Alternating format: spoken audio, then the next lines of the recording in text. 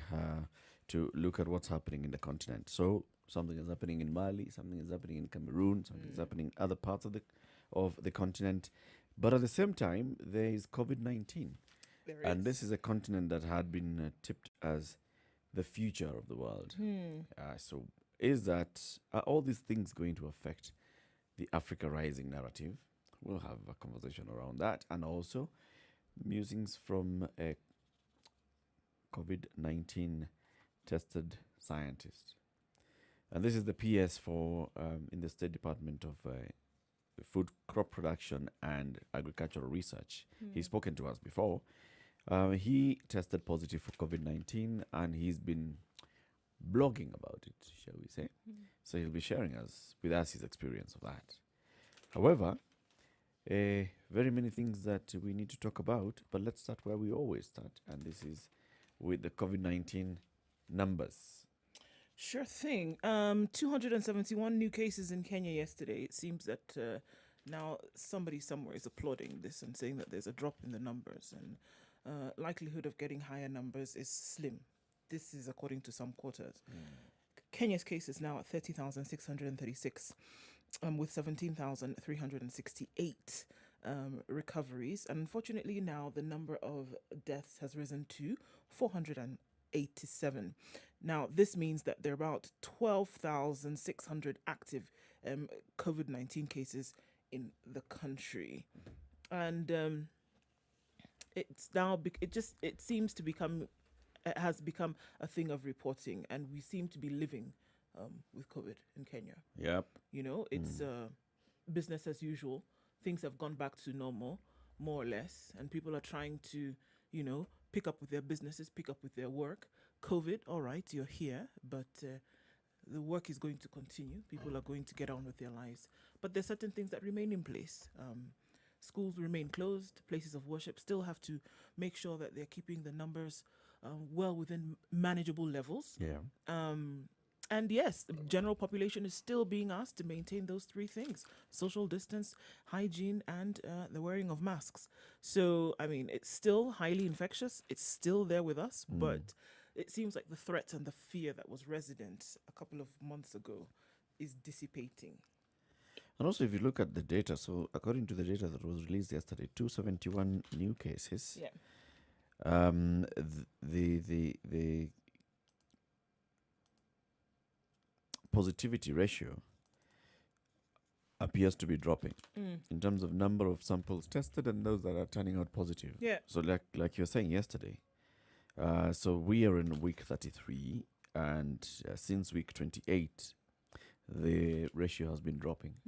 So in terms of number of samples tested and those that are turning positive, now is appearing like we're on that decline. Because it says that week 28, there was a 13% positivity ratio. That was the highest. 29, 11.8. Week 30, 12.6. Week 31, 11.9. Week 32, 10.8. And now week 33, 9.6% on the 33rd week now. So it's like we already reached our peak in August. Huh? Yep. Was it in August? No, actually, that was end of July. Yep. It'll be interesting to see what the numbers are, though, then towards the tail end of this month, the next week or so. Yeah. How that would change. Yeah. It appears that that's what is happening. Okay. So it's no reason to slacken. No, I don't think so. I think that would be the danger. That there's the danger there in that people, you know, would then say, all right, well, it seems that the cases are reducing. We seem to have managed this thing. So, you know, let's just get back to business All as the usual. other factors are the variables that contribute to these figures we keep talking about in the data. Have they remained constant? For instance, when you're talking about the numbers of people being tested. Right? No, there. Yeah. Sorry, go ahead. No, please. No, I'm saying that has not remained constant. The number of people now having been tested, like what Eric was saying, over the last couple of days has actually reduced. Okay. Yeah. The number of people who are testing positive. Yeah. The samples keep varying. You know, we've never had like a constant number, like 6,000 every day. Yeah. 2,000 today, 6,000 tomorrow, 5,000 the next day, 4,000, like that. And then, do we know, for instance, that when these tests take place, whether it's in the private hospitals or in the government facilities, do we know that the reporting, we know there's a delay, yes, but is there consistency? If it's delayed by 10 days and every 10 days you get the report, there'll be consistency and there'll be a follow-up. Maybe every 10 days, but 10 days on a daily basis is reported. Right. Is that a constant? In terms of whether every facility that's testing is reporting, is sending the results to the government. Yes, the delays being taken into account and everything else being taken into account. Because the delay doesn't mean that the testing is faulty. We just need to understand that when this was taken 10 days ago, this was taken 7 days yes, ago. exactly. So when it's reported, so forth. yes, it's actually a reflection of the reality of what's actually happening. I think the fact that there are only a few accredited testing facilities, Yes. then you can also say that it's highly likely that the information that goes to the Ministry of Health is consistent from those testing facilities. What I have not been able to verify is whether the story that we talked about yesterday in the papers regarding KEMRI receiving adequate funding to actually utilize the facilities that they have. Because given the delays and given the numbers, even the facilities that KEMRI has will not be able to actually meet the threshold of what is required in terms of testing. Yeah. Yes. There's a need to expand that capacity. That need has been there since January. It was different. You see, in January, the problem we had was that all the capacity that an institution like KEMRI had wasn't being fully utilized. Okay? Now, that had its own issues. Then, the consistent issue has been with testing, just the numbers. Okay? What are our numbers? Have we hit 400,000? Just over 400,000. Yes. Yeah. No, 394. Well, just under 400,000. Yeah. No, I think Ndu has a point. That was the report from yesterday. Today, it may have hit 400,000. Maybe. Perhaps. By the time we're reporting today, it's possible that we'll have done So yesterday 5,000 we were at tests today. No, I don't know. Yesterday was at 391. So now at 394, looking at about 3,000 tests or so that were done. And it's interesting because then when the tests were, there was one particular day when about 4,000 tests were done. And that was the day when they found 700 positive cases of those.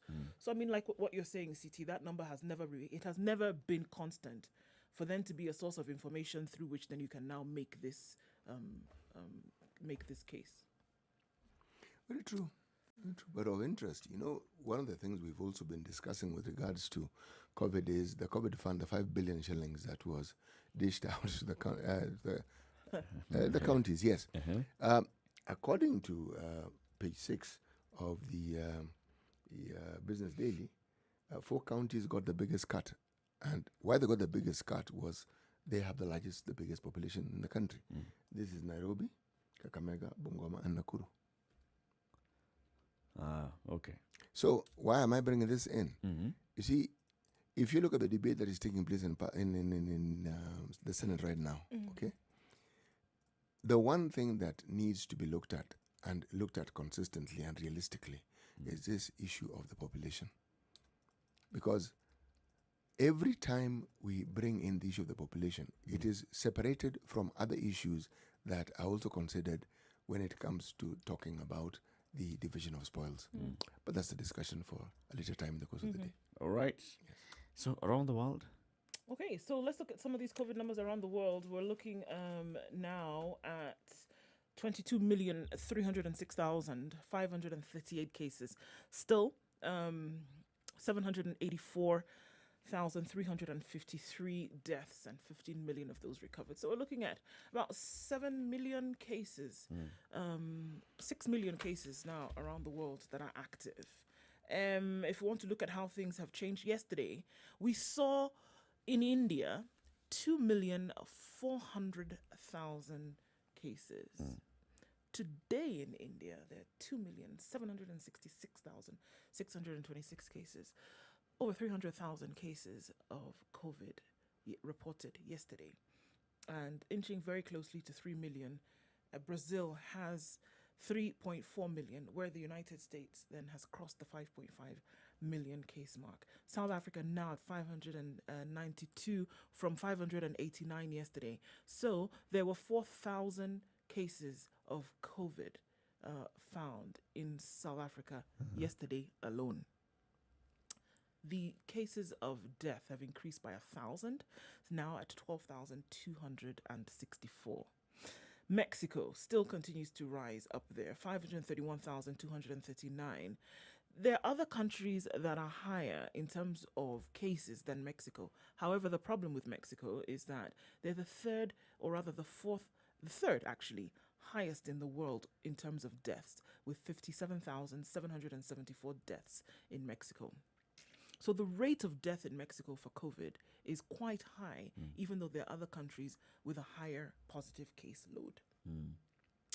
Okay, which other countries are sticking out at us here? Yes, the South American and Central American countries continue to register higher cases of COVID, but where there's still cause for concern, as far as they're concerned, is Australia, where they thought that things were, getting to a head, as it were, but not quite, with 216 cases having been recorded in the last 24 hours. Okay.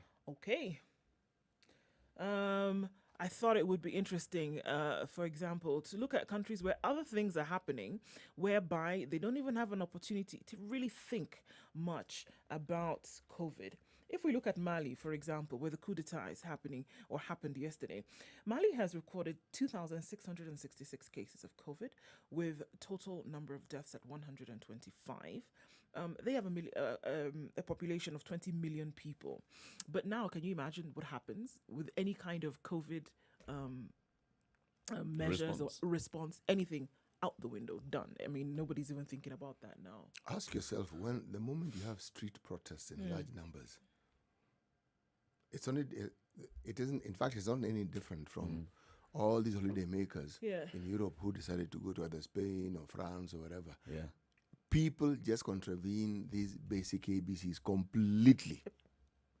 People are living their lives. Yes, people are living their lives, and nothing is and they're saying COVID can also live its life if it wants. If it wants. Yeah. Yes. Let's meet somewhere, say hello to one another, and then move on, right? It's just each of us is living their lives. 16 minutes after 6 o'clock, this is a Situation Room. It's Kenya's biggest conversation. Let's take a look at what's happening on the skies, the weather for this morning, and then we'll start to take a look at the big headlines of the day, starting with the big problem. Good morning.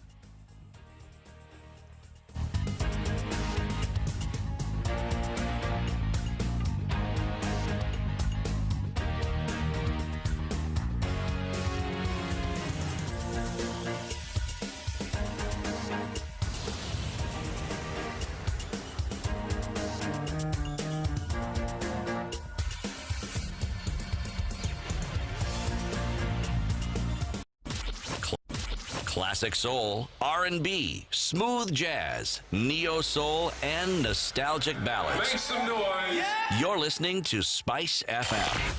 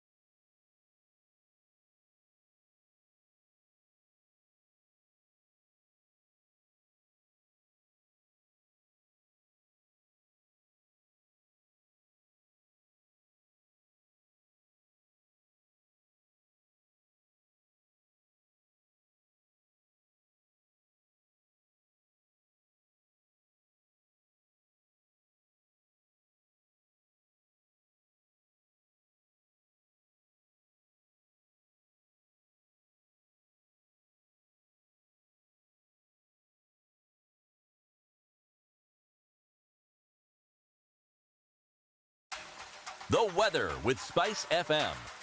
It's mostly cloudy in Nairobi at 14 degrees today. We're going to see highs of 22, coming down to a low of 14 today, and a chance of rain later on in the afternoon. Nakuru is mostly cloudy at 14 degrees. We'll see highs of 22, and there's a chance of thunderstorms later, but you're just going to have to wait and see if it actually happens. It's cloudy in Nyeri at 14. The skies are bound to open up at some point. Highs of 20 and lows of 14. likely to be a wet afternoon. It's clear skies in Eldoret at 13. We'll see highs of 20 and lows of 12, with thunderstorms also in the forecast.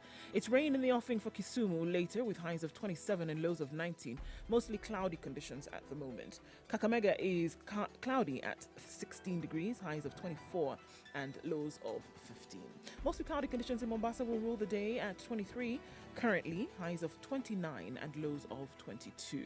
It's mostly cloudy in Malindi as well. 24 degrees at the moment, highs of 28 and lows of 23. It's cloudy conditions in Kampala this morning at 19. Highs of 26 and lows of 18 degrees, with showers expected later. It'll be a clear day in Dar es Salaam at 21 currently, highs of 31 and lows of 20. Johannesburg this morning is extremely cold at 1 degree, and it's not likely to get any warmer for most of the day. The sun will be out though, interestingly enough, highs of 13 and lows of -2 in a very cold South African winter. And in Lagos, it's clear skies at 24 degrees. We'll see highs of 31 and lows of 23, with a shower or two expected later on in the afternoon. Let's take a look into London, where at the moment it's cloudy at 17 degrees. There'll be some showers later at 19 the high and lows of 17. It's clear skies in Paris this morning, and when they wake up, it'll continue to be clear. However, there's a chance of rain later then, with highs of 20 and lows of 11. All right, let's look at New York, where it's still Tuesday night. It's clear, however, at 29 degrees. We'll see highs of 30 and lows of 20.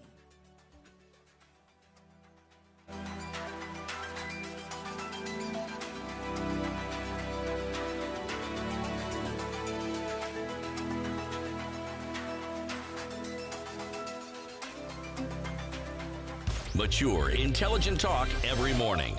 Spice up yourself.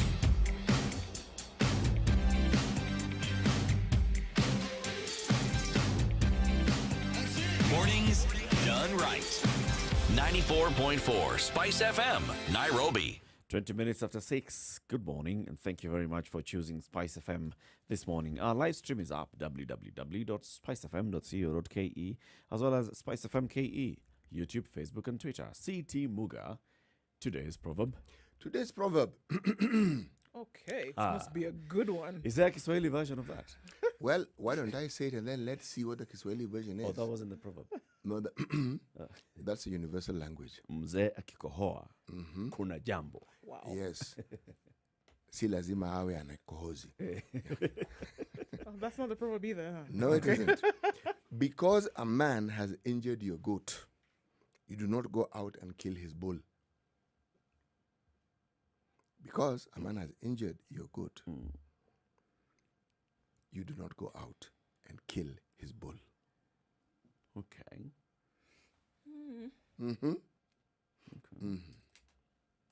Okay. Vengeance is mine, saith the Lord.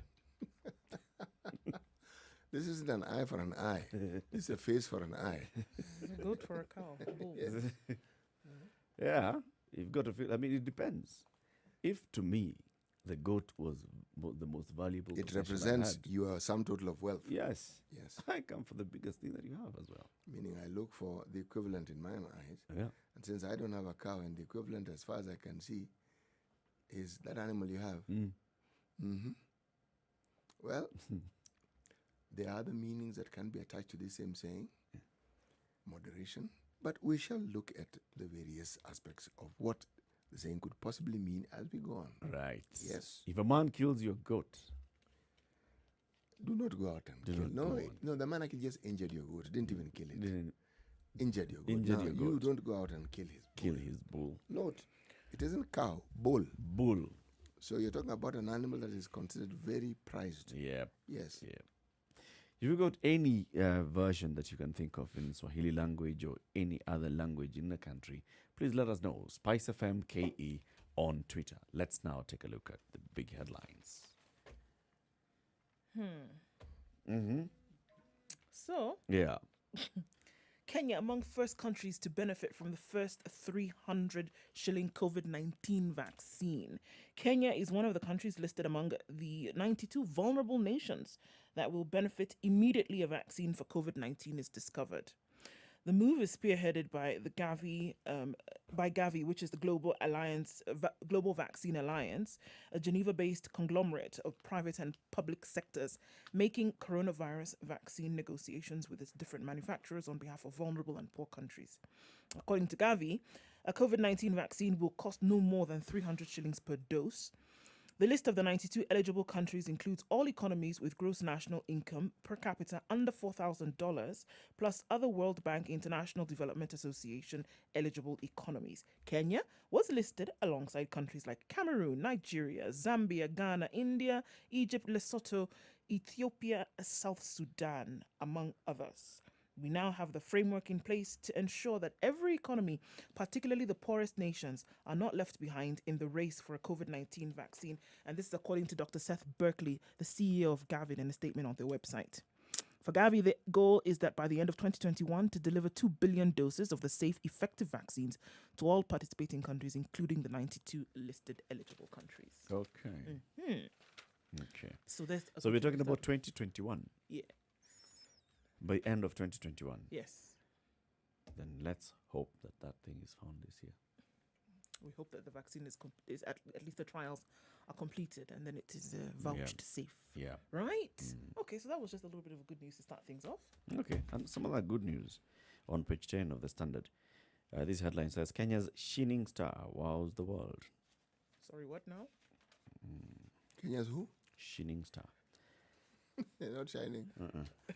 Not according to the headline. Okay. From Lamu to the UN list of global real-life heroes, and this is a story of a lady called Umra Omar, who is said that she's one of the 19 heroes from 16 countries who will be recognized by the UN today for helping the poor in Lamu County access health services. So today is World Humanitarian Day, and special tribute this year is being paid to health workers who've gone above and beyond the call of duty to ensure that those around them can access medical care. So this lady called Umra Omar is one of the 19 heroes who will be recognized, and the recognition is well deserved, but Omar would not be basking in the spotlight if she had not made the momentous and life-changing decision 5 years ago to move back to her native Lamu, abandoning the cozy life that her job as a health communications consultant afforded her in New York City, USA. So she returned there and she's been working in the local community. Now she's been recognized by the UN today. This is great. Some good stuff, right? Oh, it's actually excellent stuff. When you consider, you see, Lamu is one of those places that could arguably say they've been marginalized. One, geographically, it's massive. Yep. Doesn't have a very big population. Yep. So in terms of simply basic human needs that other counties take for granted, Lamu hasn't had them for the longest time. True. And the fact that Lamu comprises of many, many islands, some of whom are a conglomerate or a collection of islands, and that you have to get to them by sea, that complicates the matters even further. More. Yeah. Yes. People of Lamu, however, they appreciate and of course acknowledge the fact that they have been marginalized for a while. They are far-flung. The distance between Lamu and Mombasa is equivalent to the distance between Nairobi and Mombasa. You know, I got a story the other day of a certain pastor who passed away, a full gospel bishop in charge of the coast region based in Mpeketoni, Lamu. Last week, he needed oxygen, had contracted COVID, needed oxygen. Lamu has no ICU and has no ventilator in the ward, so the man needed to be transferred from Lamu. He was now being taken to Mombasa, where maybe he would access this. He died on his way, died in Kilifi. But I have a problem with that because, I mean, we heard from, everybody across counties. We even heard from Senator Loy Tip Tip that everything was okay and they had the adequate resources and supplies that they needed to take care of everybody. So it goes beyond even the distance between Lamu and the next place. That's the politician talking to us. We should have had that discussion with the people who are in charge of the health services in that county. To tell us if it was actually the That's case. It was the clear that it governor. wasn't. Because, look, so in those 7 years that we've had devolution, Lamu is one of the counties that has been receiving money, It has. Yes. because of the landmass Yes. and also the equalization fund. Yes. In this COVID period, this 5 billion shillings, Lamu received 13 million shillings just from that to go and sort out its health to deal with COVID.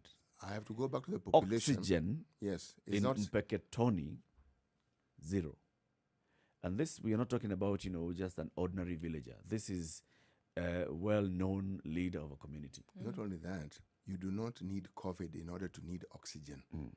It's something something that that you should be should available in a have. hospital, In a not hospital. even an medical ICU. facility, in a in medical facility. facility. Yeah. Yes. You should have it anyway. So here we are. We're talking about, marginalization, all these things. And remember that 13 million that it got, of course, is one of the counties that got the 13 million because it has a population of something like 144,000.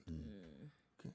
Compared to counties that have millions, Yep. a million plus. Yep. So the Remember, I think it's about the same amount of money that Machakos received. I think Machakos actually received when Dr. Alfred Mutua spoke to us. He told us they he received. received more. They, Received 100 and something. oh yes, million. 100 and something million. Yes.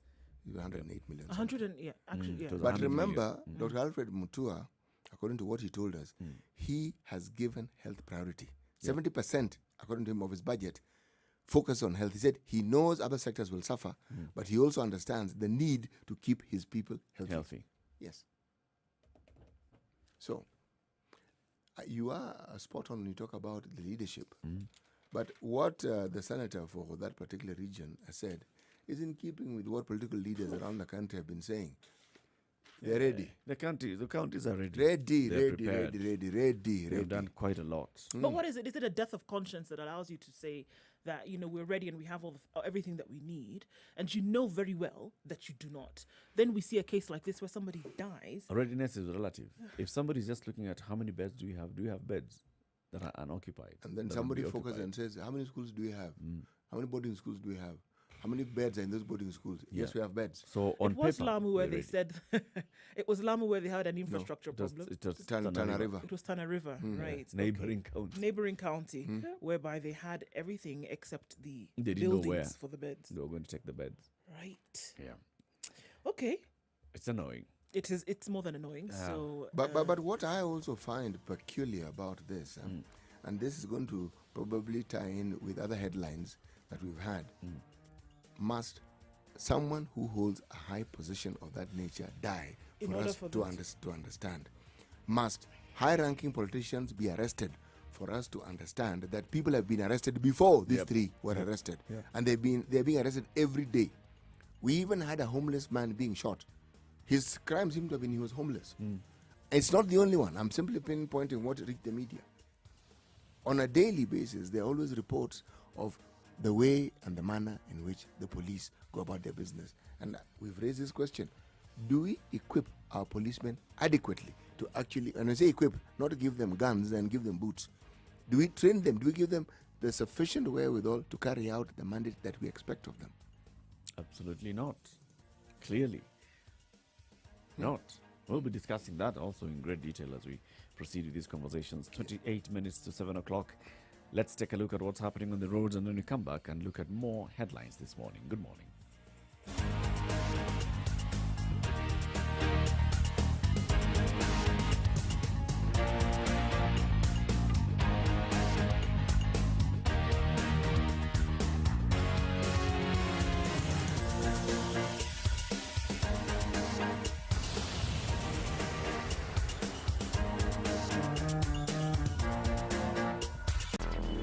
Traffic. Hey guys, so let's see what's going on the streets this morning, and it's actually quite smooth. Mombasa Road, all the way from Lolongo down then towards Bellevue and even further down, it's actually looking quite good. We don't have much problems there. So far, so good. Coming off Thika Road as well, Mambo ni teke teke is what I'm being told. So I guess that means that it's flowing very smoothly, and we'll take it for that. Coming off Jogo Road, there's a little slight bit of traffic right around the City Stadium roundabout as you head then towards industrial area on your left, or then head right towards the CBD, but that should be fine. So right now, not much in terms of traffic rumblings. We do know, however, that Thika Road is going to be closed at night every day this week So likely until about 4 in the morning. So if you were using the road before 4, you can't do that. The road opens at 4:30 every day for the next couple of days. So we're going to see heightened levels of traffic on Thika Road, I am sure. We'll see more details as we go along. Spice of MKE, that's how you can get in touch with us. Let us know what you see and let's keep it moving this Wednesday morning.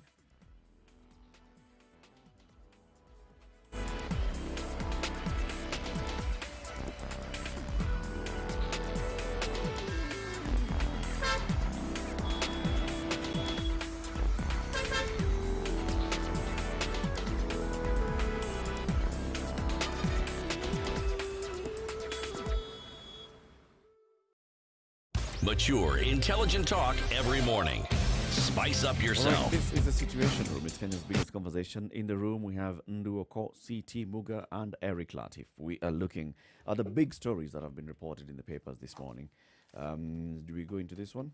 The madness story? Okay. Go. Stop the madness, says Raila and Ruto. Say Raila and Ruto. ODM leader and the deputy president have condemned the senator's arrest. Raila warning that attacks are clawing back on democratic gains and urging restraint. Ruto criticizing the use of the force to intimidate and blackmail leaders.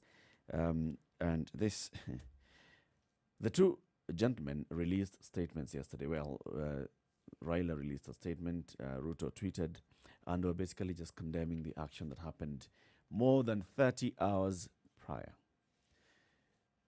So Raila Odinga says that the state needs to pull back and abandon actions that take away the gains made on our path to democratization.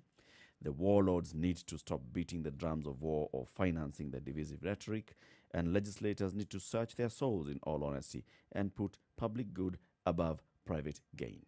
This is the leader of ODM. The Deputy President of the Republic says the abuse of police and criminal justice to bully citizens, threaten and intimidate leaders, and now blackmail Senate is wrong. Very wrong. It's not the reason why millions woke up early to vote for us. It's really very difficult to blackmail someone unless there's something to blackmail you for. Like you can't blackmail someone for being alive. But, no, you can't. No, you can't. You can't blackmail them for being tall or not so tall. Should I say vertically challenged? You cannot. But you can, if there's something that you feel they know, they've done that may not do very well in the scrutiny of the glaring light. Oh, yeah. So, and I even wonder how that term blackmail came in. Now, having said that, it is correct that they should condemn it. But must it be senators? You should condemn it across the board. Right from the time COVID began, did we not hear of, how many cases did we hear of people being arrested? How many? I mean, there were so many every other day. And the question you asked, again, this was highlighted with the arrest of the senator for Kakamega, who refused to go into the cell. He says, no, he's not. He'd rather spend the night in the cold because that cell is full of people.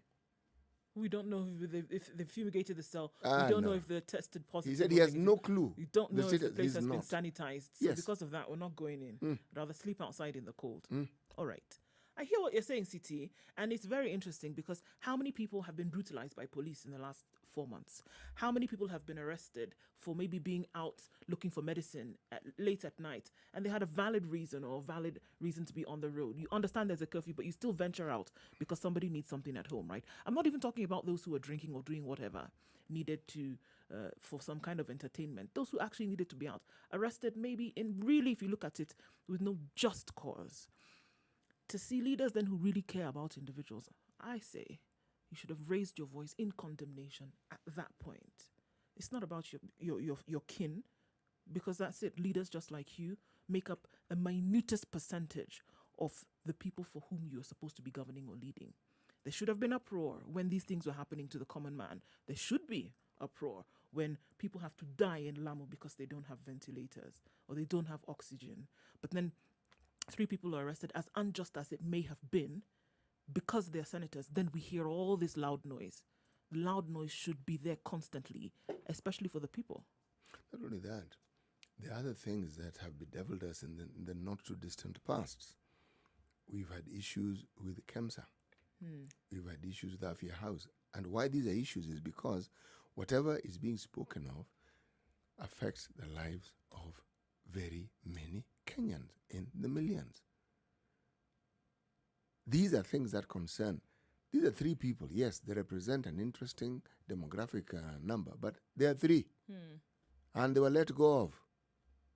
The point is, if this is being used to highlight what we keep referring to as police brutality, I'm raising the question and asking the things that they were accused of.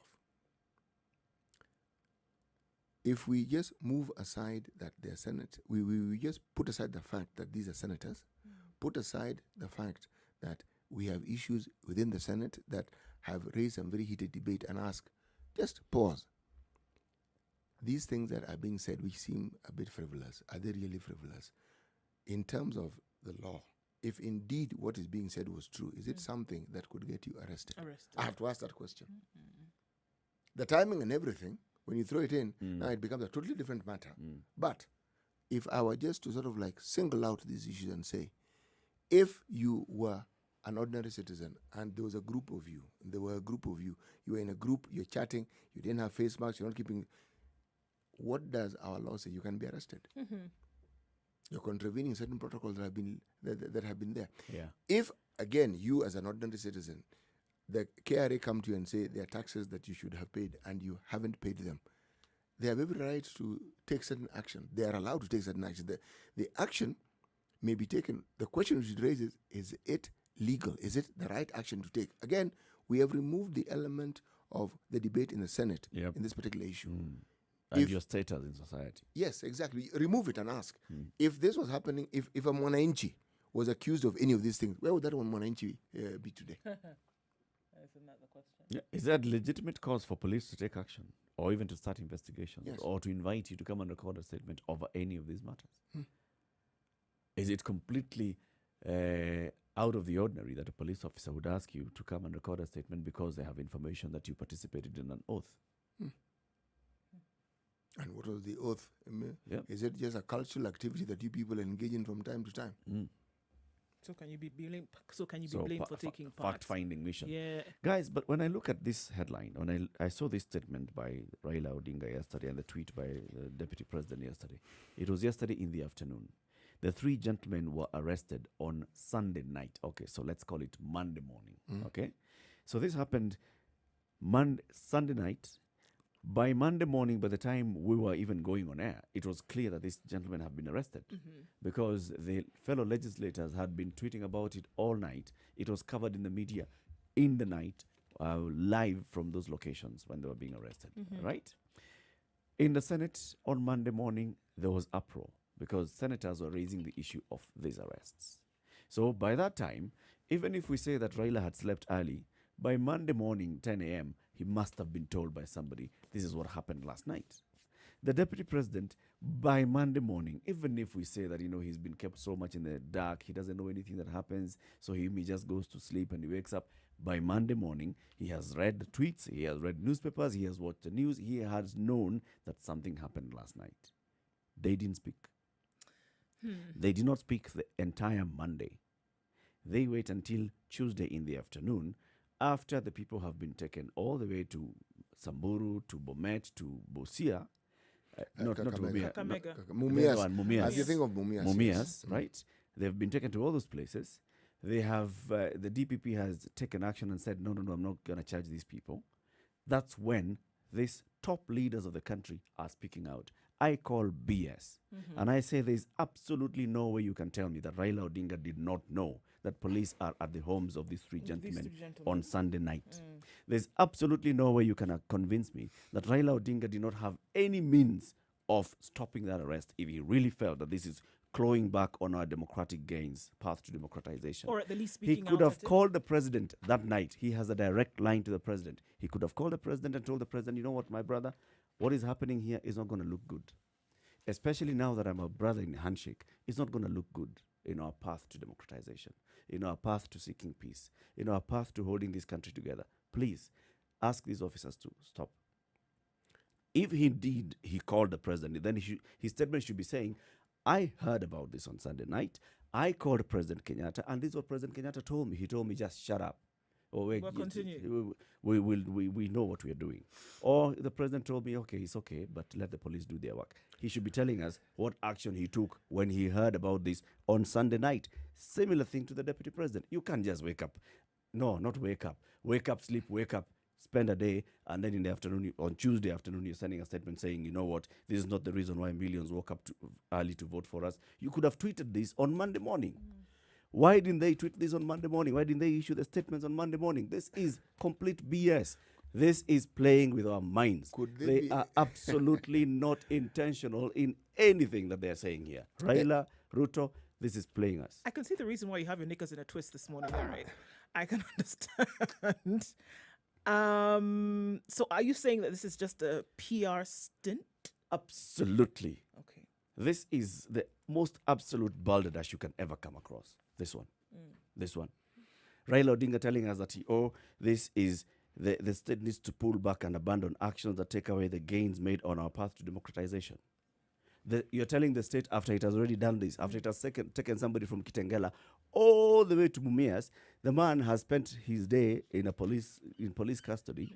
The man has been Slept outside. And this is the time when you're telling us that this is taking us back to Everything that you've said nothing. Presents an interesting perspective and a narrative. But what if indeed everything that you're saying ought to have taken place did take place? And then that conversation was had. Right. There's the little detail, in that there are certain conversations you cannot repeat in public. We all know this. You may have had the conversation, but you're certainly not going to come out and say. It's true. So what you should do, that statement should read something different. It should indicate that you have taken action.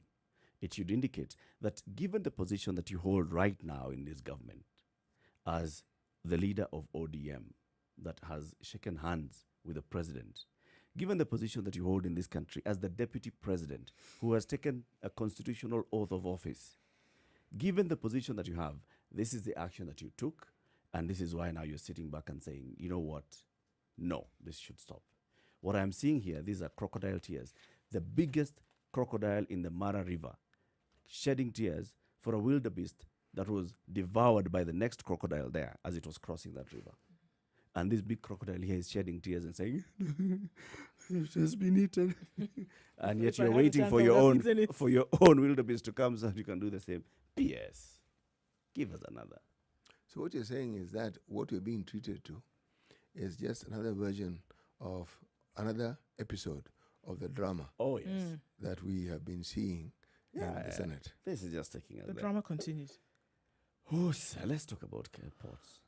Let's move from Western, from Samburu. Let's just go to Mombasa, where the headquarters of the Kenya Ports Authority are. Kenya Ports Authority has operations around the country, but let's now talk about this information portal that they have. Captain Cargo, kpa.co.ke/Captain KARGO. And, Captain Cargo is this portal where you can go in and find simplified steps just for you to understand. If I am dealing with KPA in any of its facilities, let's say you're exporting, you're importing, and you basically need your goods cleared at any port, either at the port of Mombasa or any of the ports in the coast or the Kisumu port or any of the inland container depots. What is the procedure? Okay, so what are the words?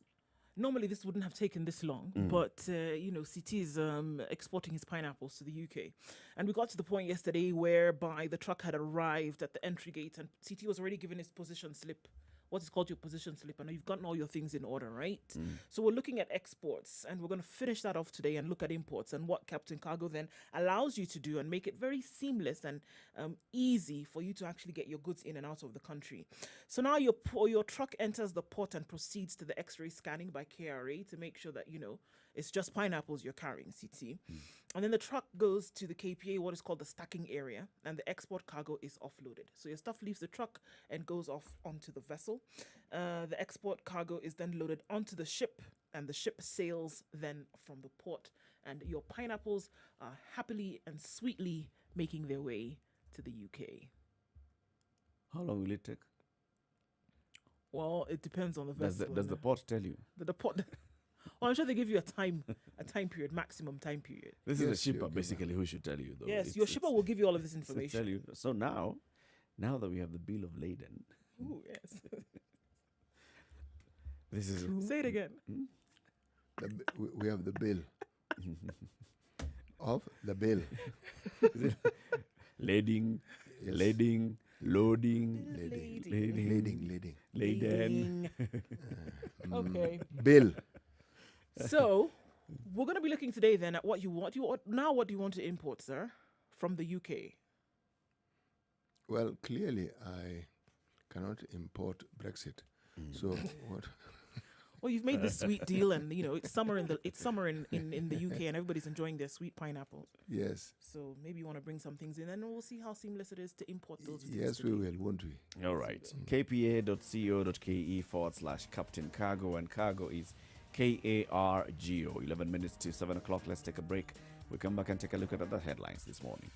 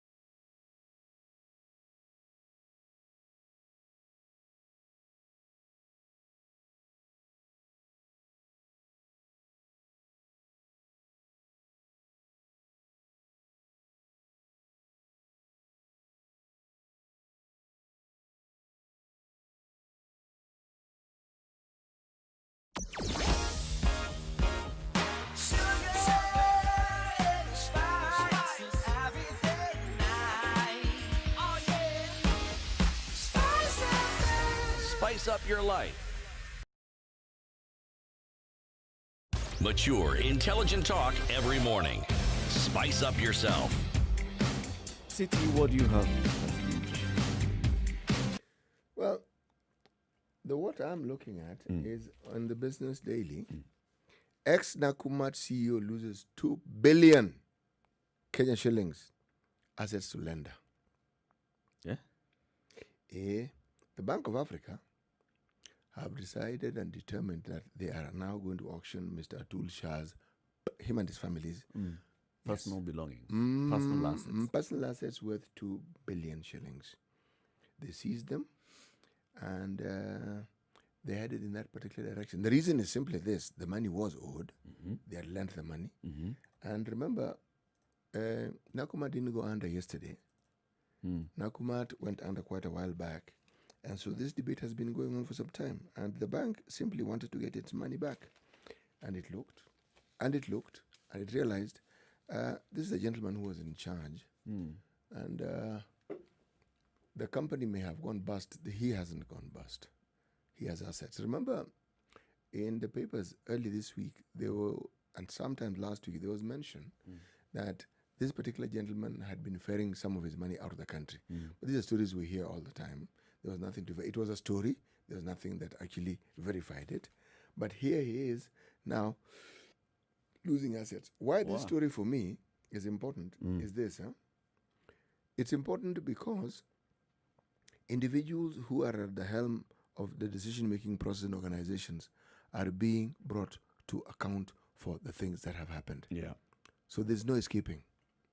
A similar story to this one was again in the Business Daily regarding a trend that Kenyans had of declaring bankruptcy. Yeah. And for the longest time, that's what they did, because once you are declared bankrupt, you could... Nobody can touch you. No, you could sort of like ferry your money to relatives and what have you. They wouldn't touch you. Then the laws changed. Just that. The laws changed. So now it's not possible for you to play these games. No, it's a very lengthy process before you can actually even go and declare. And you realize it is not even in your interest to go and declare bankruptcy. And the law places personal and direct responsibility on directors of companies. So it's not just the company that is a corporate entity, but now when company gets into problems, the directors are personally liable for the mess. If you look at what Nakumat is reported to owe, it's a total of 38 billion Kenya shillings to banks and suppliers. Diamond Trust Bank 3.6 billion, KCB 1.7 billion, Standard 0.81, others B 0.15, UBA 0.13, GT Bank 0.1, suppliers and landlords 31.08. Now let's talk about the suppliers.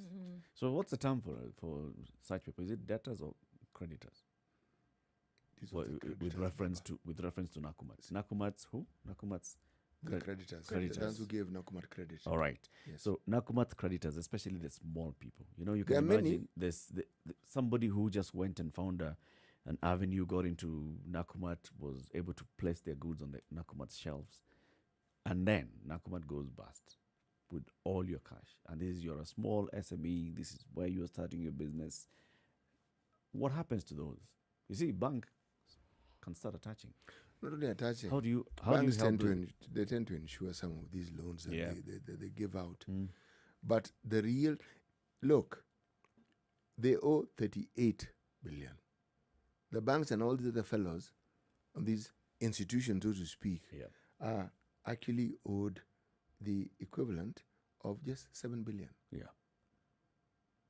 The suppliers 31.08. And it would seem that they're in a rough spot because really, like we said before, Nakumat was a rental company. So you bring your goods with the agreement that, you know, you'd be paid when they sell. It was not a matter of you deliver and then we pay you after 30 days. No.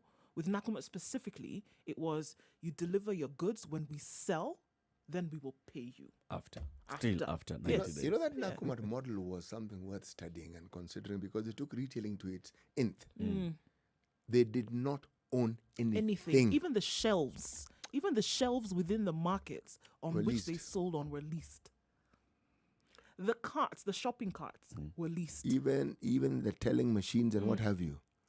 They owned nothing. Yes. So how do you get that such people to be paid? That is why the bank is now going. If they're going for a tool share, they'll go for the other directors as well. If the money isn't paid, if they don't feel the money is paid, the people who are responsible for policy and making decisions, they will go after them. The pain, though, is like I'm saying, is for those small people. The suppliers. You have the big suppliers, and then you've got the medium and the small suppliers. Yeah, imagine those the who medium kept and producing. small suppliers have basically gone under, shut their business because their business went under with Nakumat, and then they will wait for very many years before they can receive anything back, so they can restart their businesses. If they do. Actually, the closure of Nakumat meant many businesses also closed. Yep. Many livelihoods were also lost. Yep. Because the people who supplied directly, the people who supplied the supplier, and so the understanding would have been the same.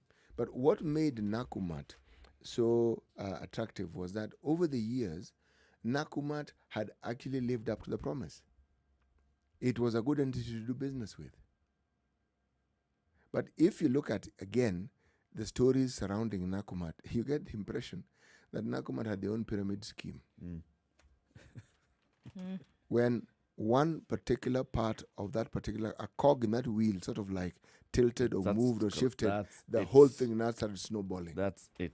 And you also get the impression that even the expansion was not that it was needed, but it was part of the game to give the impression that they were actually growing and becoming more and more profitable.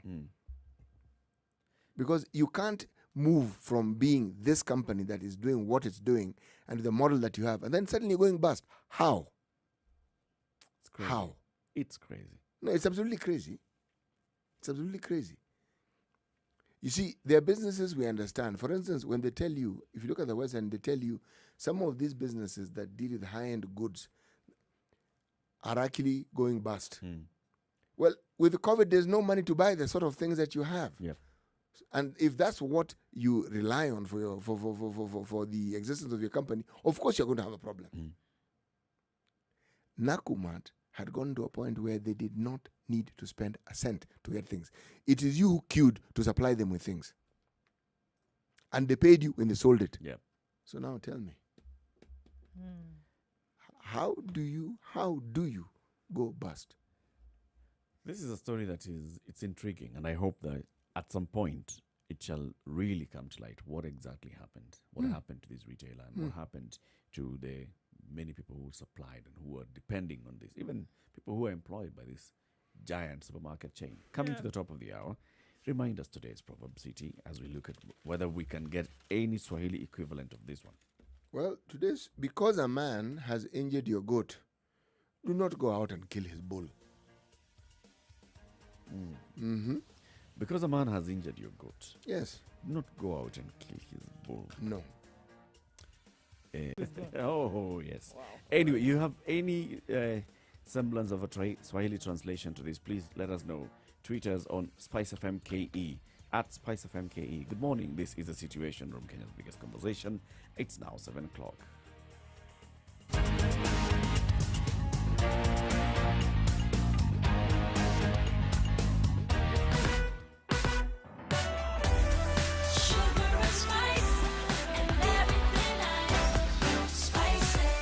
Spice up your life. Spice FM, Nakuru. Traffic. This Wednesday morning, things are looking pretty good on most of the roads. Kangunda Road flowing very smoothly this morning and not much of an issue. We looked earlier on at Jogo Road where going towards the CBD, there was a bit of a hold up right around the City Stadium roundabout.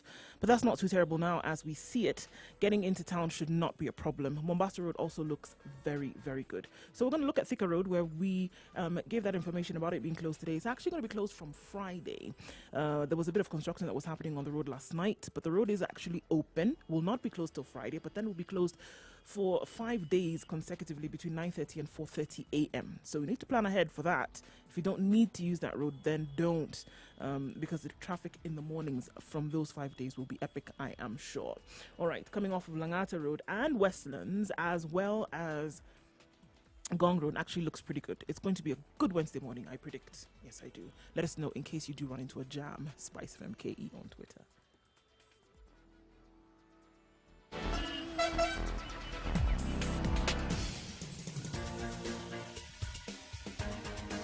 This is the Situation Room, the home of hard-hitting political commentary and penetrating insights about the state of the nation. This is a talk radio experience like no other. The Situation Room, a place for hard truths, debates, and elevated conversations. The Situation Room, witty, political, engaging, deep, controversial. In the room, we have C.T. Muga, researcher, academic, seasoned political observer, a fountain of wisdom in these politically uncertain times. Ndu Oko, Nigerian by birth, Kenyan by choice, communications expert, Pan-Africanist, a truth seeker and believer in people power, and Eric Latif, agent provocateur, the man in the chair, seasoned journalist, news hound, a man who believes in punching up, not down. This is the Situation Room. 2 minutes after The 7 only o'clock. way- Thank you very much for tuning in to the Situation Room right here. Spice FM and KTN Home for the next 2 hours as well. And also on www.spicefm.co.ke. So we've received a tweet here from Kamurket, or is it Kamarket? He says, Sweetie Muga, Eric and Nduo, good morning. Listening online radio up here in Muranga. I don't know the frequency of this area. I've tried searching, but I've found none. In Muranga, you can catch us either on 94.4 Nairobi frequency, could be getting to some parts of Muranga, and also our Nyeri frequency, which is 90.9, will be reaching you in some parts of Muranga. So our frequency is especially in this area of Mount Kenya region, Nyeri 90.9, Nairobi 94.4 is also catching. In Mombasa 87.9, in Kisumu 102.5, Nakuru 96.0, 96.7 in Eldoret, and Malindi 97.7. Let's talk about COVID-19. We always must talk about COVID-19 because it's an ever-present danger, right? So we have talked to several people who have given us their experiences with COVID-19. the Secretary General of the Kenya Medical Practitioners and Dentists Union. We've also talked to active citizen Charity Tsei, and they've given us their experiences. We've talked to other people who've also basically gone out there and said, you know what, I tested positive and this is what I've gone through. Now I've tested negative, or I've tested positive again, even after going through the entire 21 days of isolation. One of the senior most government officers to come out to say this is the Principal Secretary in the State Department for Crop Production and Agriculture Research. This is Professor Hamadi Boga. We spoke to him sometime with regards to crop production and food security in the country. Then he has been going out in public and saying, you know what, I tested positive for COVID-19. This is the experience that I went through. Then he also said, all right, so now I've tested negative again for COVID-19. And this is what I've lived through. And let's hear this person's personal experience, because he's been posting it and saying, you know, the musings of a COVID-19 scientist. Professor Hamadi Boga, good morning. Good morning, Eric Latif. How are you? Salama kabisa. Welcome to the Situation Room. Asante sana. I thought when we come back, we'll be talking about termites. Yes. But now we are talking about viruses. Imagine. Professor, we also want to greet you this morning. How are you? Very fine. Thank you very much. And delighted to have you again. Okay. Thank you very much. The we here is myself and Ndu. Okay. I'm happy to be here. Thank you. Thanks, Prof. Prof, you've gone out publicly to talk about your experience with COVID-19. Just take us through, for example, how you tested positive. What is it that made you go through the test? Was it just because we understand that government offices were also going, tests were being conducted in government offices. Was that what happened? Or was it that you felt some symptoms that led you to seek the tests? Yeah, I've gone out to talk about my experience, firstly because I wanted to take this opportunity to share with Kenyans about the disease of COVID-19, because there was a lot of skepticism and cynicism around the topic. People were looking at it as a government issue and not a community issue, which is what it is. Mm-hmm. So I came out so that I can contribute to the conversation and to the knowledge and to the understanding. And so that when people ask themselves, do I know someone who has contracted the disease? I'm sure now many people would say, I know someone. Yeah. And I'm happy that my letter or my open letter has gone far and wide. I've been called from all over. Mm-hmm. And I think it is having the effect I thought it would have. Now, the other thing is that I felt sick. On 11th, I started feeling chills. And 11th, 12th, I was just feeling chills. Sometimes the skin would be hot, but most of the time I was feeling chills. And I would go under the blanket and sleep there the whole day and just feeling under the weather. And then the body was aching and I was just feeling tired. And then after that came the cough, which was like a persistent dry cough that would not go away, almost like an asthmatic cough. Mm-hmm. And then the cough would go on and off. I would take antihistamines and use the inhaler because I'm asthmatic, just to relieve myself. But it wouldn't go, because if it was asthma, after you have taken some antihistamine and inhaler, if it's mild asthma, it would give way. But this one wouldn't give way. And then I would feel the left side of the chest tight, and then sometimes it would go to the right side, sometimes at the back. So some pain around the chest. And you know, the lungs go all the way down the rib cage. Yeah? It just doesn't end at the chest. Sometimes you would also feel the pain at the back of the rib cage. Yeah. And then, so the symptoms kept on graduating. The cold, the chills would still remain, but the cough would also now persist. And then I started having feelings of nausea and dizziness. And then when I coughed, then would come like desire to puke. So now I would have like, I'm coughing, but I also want to puke. So I would rush to the bathroom and try to puke, but then I wouldn't get anything out. And I think I only managed to do it like once or twice, but very hard. But the desire, that push to puke was always there. And then the muscles would ache, both arm muscles as well as the leg muscles. They would ache on the calves and so on and so forth. So for like 3-4 days, the muscles were aching. So it is a graduation of symptoms. Then I lost the appetite. I don't know which came first, but I lost the appetite and lost the sense of smell. So I couldn't smell anything, whether good or bad. If I passed by a garbage dump, I wouldn't notice that. And if I passed by someone frying eggs, I wouldn't even notice that. And the food tasted terrible. I couldn't finish a boiled egg. And I stopped eating even fried egg because it was just like off. Was this a progression of these symptoms, or did they all come? I mean, which started? I know you said the first thing that you started feeling were the chills. The first was the chills. It's a progression. They don't come all at once. Right. But in the end, you will have a combination of them at any one given time. So, I mean, you're going through all of these symptoms while you're at home. You're taking yourself through the motions. Is this what is happening at this time? At that time, I haven't gone for testing. And so day 1, day 2, day 3, day 4, I was at work. Of course, I was observing all the social distancing, hand washing.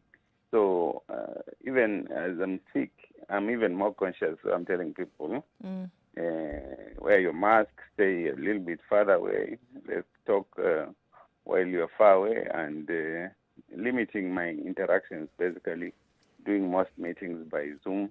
What was making you do that? Because you haven't done the test yet. Was it that you suspected that this could be COVID? The moment I started coughing and feeling weak, my thoughts were going there. I was looking at the usual diseases because most of the symptoms apply also to other diseases. But I think anybody who feels this way nowadays, even if you don't go to test, you should suspect COVID and start behaving like you shouldn't spread it. So even if you don't go for the test, you should keep yourself away from family as well as from other people, so that you don't spread. So at what point then did you go or make the decision to go and get tested? So on Tuesday, I had a Zoom meeting. I don't remember what the topic was about, but immediately it was a 2-hour meeting. Immediately I finished, I started feeling dizzy. I couldn't see the numbers on the computers properly. And I wasn't so sure whether it was my glasses I had missed because of the masks, or whether it was something else. I got up. I was a little bit scared, so I got up and called my doctor and said, "I'm feeling funny." And I described, and then I said, "The first thing we do, let's go for a COVID test. And if it's negative, then you can come. We can look at the other things." I went. Okay. Sorry, please go ahead. So I went for the COVID test immediately, and I decided I'll stay at home until the results come, and I wouldn't go to the office or in any public place. And so I stayed in the house, and I told everybody to keep their distance, and waited for the results for 48 hours. I went on 14th. They came on 17th, and they were positive. Okay. So then, did you made a decision to enter into the home-based care protocol, or were you admitted in hospital? I was advised to do self-isolation at home. And because I received the results via phone call, and whoever was giving me the results also asked me about what I was seeing, symptoms, whether I had difficulties breathing and things like that, Yeah. so as to determine the kind of advice to give.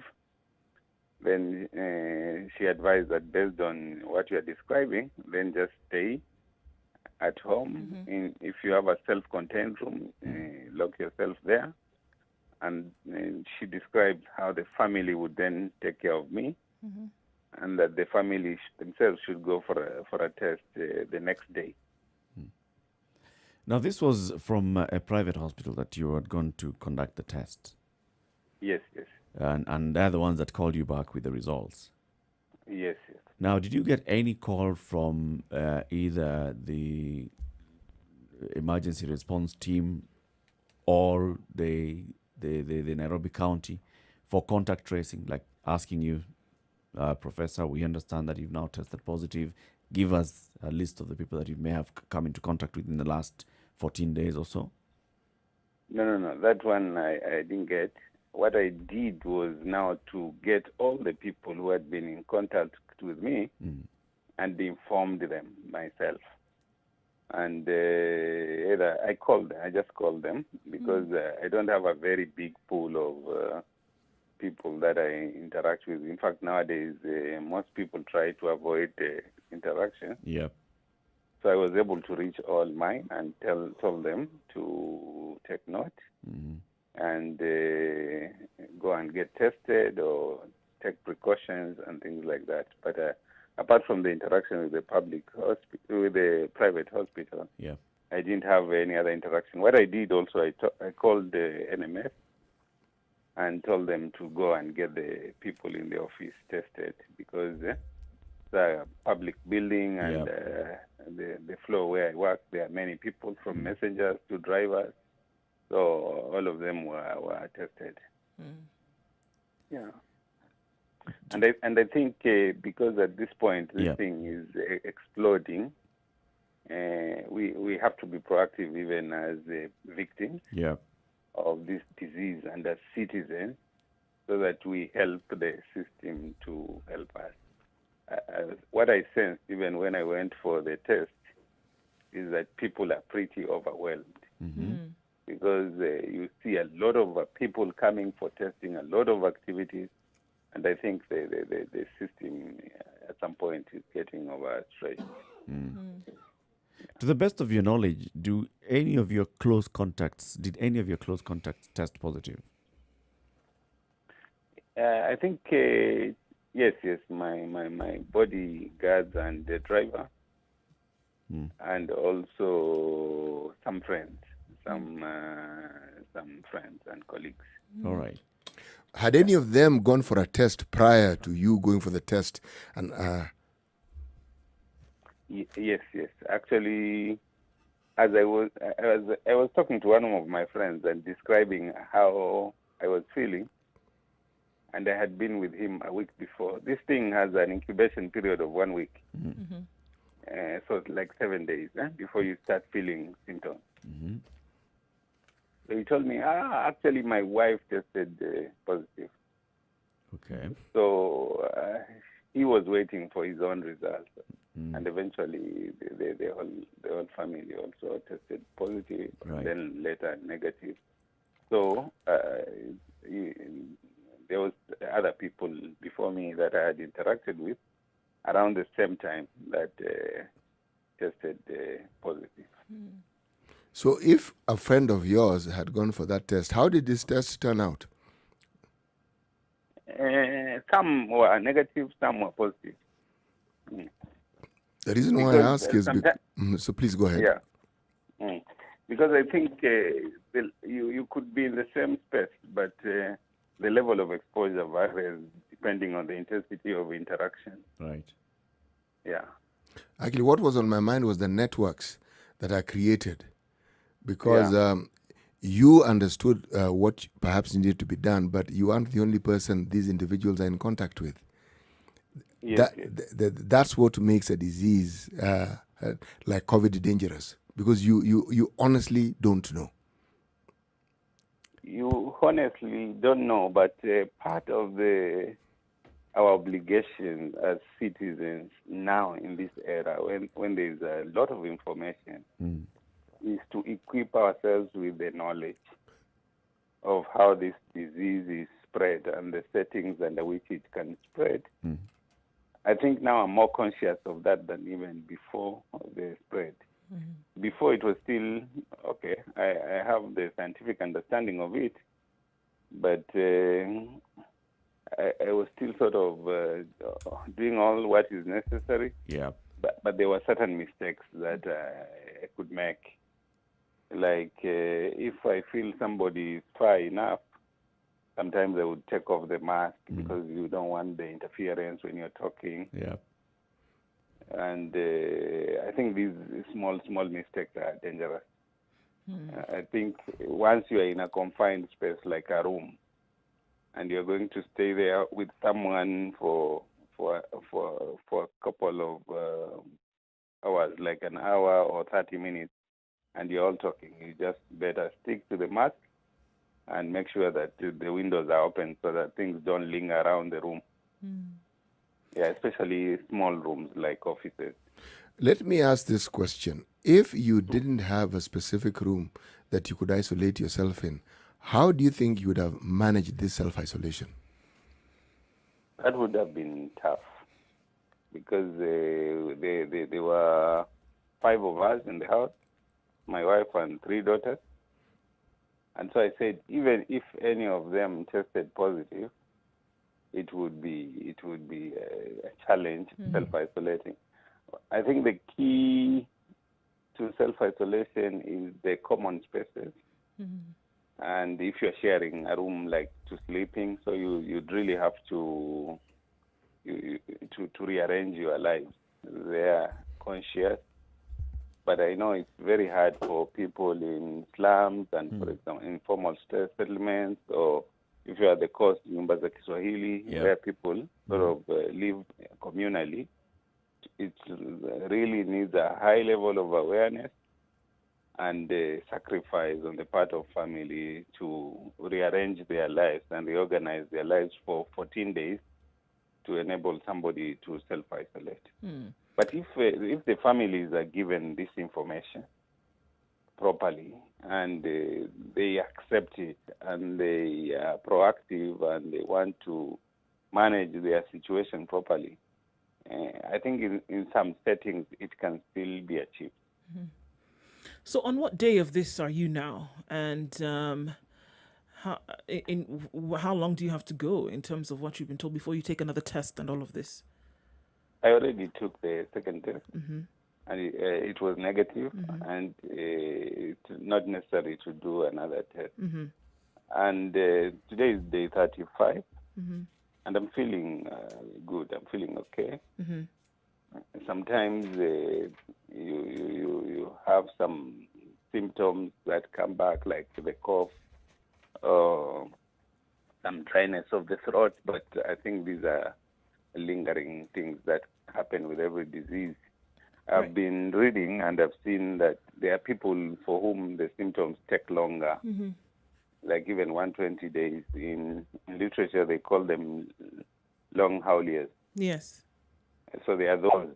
So everybody, depending on their experience and what they went through, their symptoms might stay for some time, because the symptoms are not necessarily caused by the virus, but they are caused by the reaction of your own immune system to the virus and how aggressive the immune system was.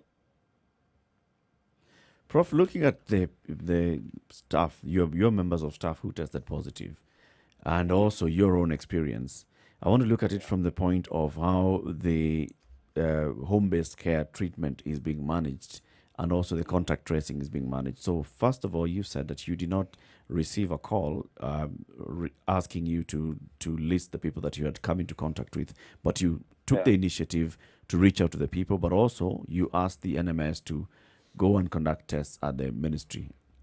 Yes. When the people tested positive, and you said some of your staff tested positive, to the best of your knowledge, did they receive any follow-up calls on contact tracing? Most of the time when you get the when you get the positive, there is a leaflet that describes how you should self-isolate. Mm-hmm. I think that is the only bit of information that at least they got. And but they were disciplined enough to just stay off in their own houses for 14 days. And then they went back for retest, and then it was negative. Then they were free. Okay. And I know the system has some challenges and weaknesses, and we need to improve on that. But I think in this case, the citizen is the one who will save us. Their behavior or misbehavior will determine whether we go forward or we go backward with this. So I think we have to help the system. We have to help the government by volunteering. The moment you sense you have this challenge, you have to not wait and blame, but be proactive and say, I know about this. I look for information from wherever I can get it. I have to protect my family. I have to protect my community. Yep. I have to tell the friends I've been so that they can check their own situation. And I think the people who have the biggest challenge are the asymptomatic ones. These ones, the asymptomatic ones, will get them through this through their contacts. If their contacts are tested positive and they are tested and they are asymptomatic but they are positive, these are dangerous because they will continue spreading it because they feel healthy. Indeed, So what you're think saying is true, Prof, that the citizens have also a role to play once they're armed with the proper information on what they need to do, which is why I want us to move the conversation to when we come out of this break. What information is it that needs to be given to everybody and how they need to conduct themselves when they come across, when they get symptoms, if they test positive and all that. And also then, what's the role of the government in making everybody aware what they're supposed to be doing? This is a situation room. It's Kenya's biggest conversation. We're speaking with Professor Hamadi Boga. He's a principal secretary in the State Department for Crop Production and agricultural research in the Ministry of Agriculture, of course. And he's telling us his own experience with COVID-19. Keep it right here. We'll be back shortly. It's 26 minutes after 7. The Situation Room is on Spice FM and KTN Home. 24/7.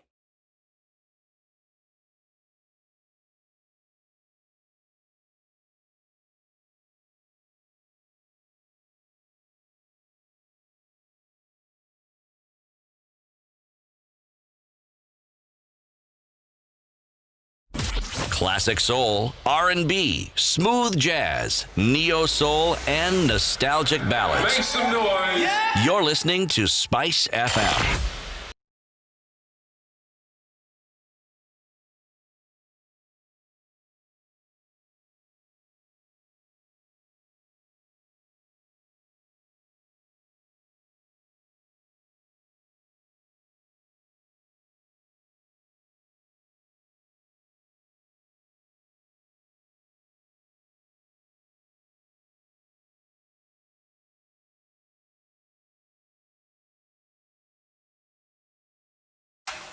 The weather with Spice FM.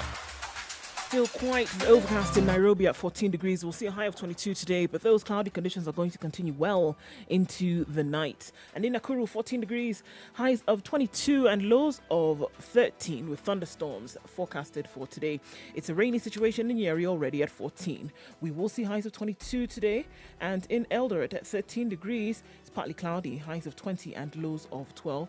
Kisumu is partly cloudy at 20 degrees, highs of 27 and lows of 19 with a chance of showers later on. Kakamega also has a chance of showers later, though it's currently partly cloudy conditions at 16 degrees. Looking into Mombasa, it's partly cloudy at 23, highs of 29 and lows of 22. 23 degrees and partly cloudy in Malindi, highs of 28 and lows of 22. All right, let's take a look into Kampala, where at 19 degrees it's mostly cloudy, highs of 26 and lows of 19 with showers expected later on. And in Dar es Salaam, it's a shallow fog this morning at 22, likely to be overcast for most parts of the day, highs of 31 and lows of 22. It's really chilly in Johannesburg today and temperatures are dropping, currently at 0. We'll see highs of 15 today, if that. Sunny conditions, however, and then going to a low. Now that has changed to -3. In Lagos, it's cloudy at 24 degrees. We'll see highs of 31 and lows of 23. And in London, very quickly, it's 16 degrees, highs of 19 and lows of 16, with showers expected later. Paris at 19 degrees is clear, with showers expected later, with highs of 23. And finally, for New York, we'll see highs of 29 today, with partly cloudy conditions.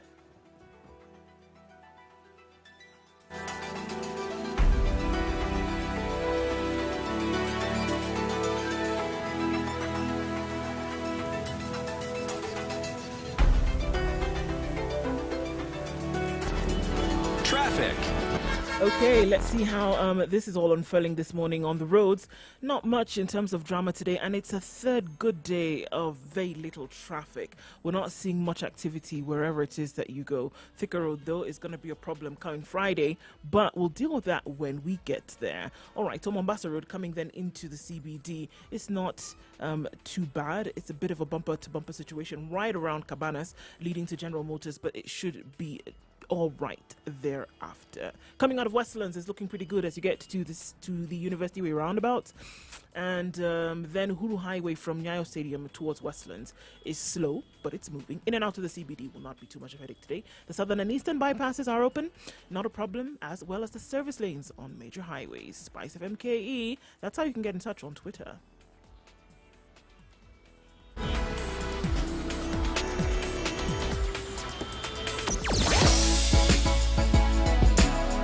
Spice and everything nice. Spice FM. Spice up your life. Mature, intelligent talk every morning.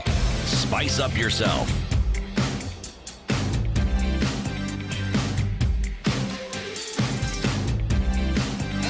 Mornings done right. This is 94.4. The Situation Room, broadcasting on Spice FM and KTN Home for this hour, and also on www.spicefm.co.ke. In the room, you have Eric Latif, Nduoko, and C.T. Muga. On the line is Professor Hamadi Boga, PS in the Ministry of Agriculture. He's giving us his experience on the fight against COVID-19. He tested positive for COVID, went through the motions of COVID, and tested negative thereafter. But he still says he's still feeling some effects of that virus and the disease. Prof, before we went to the break, you had told us, the citizen is the one that's going to save us. And that's true, because it's a community. It's spreading within the community, and therefore it's a community to stop this spread. But the government has a role to play, and that's why I want us to go back into now. We are at the point where the government is rolling out and implementing home-based care. Somebody tests positive, they're advised to go and self-isolate at home.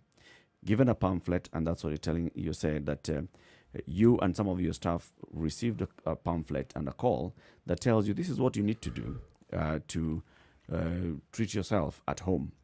Is there any sort of information that you're given?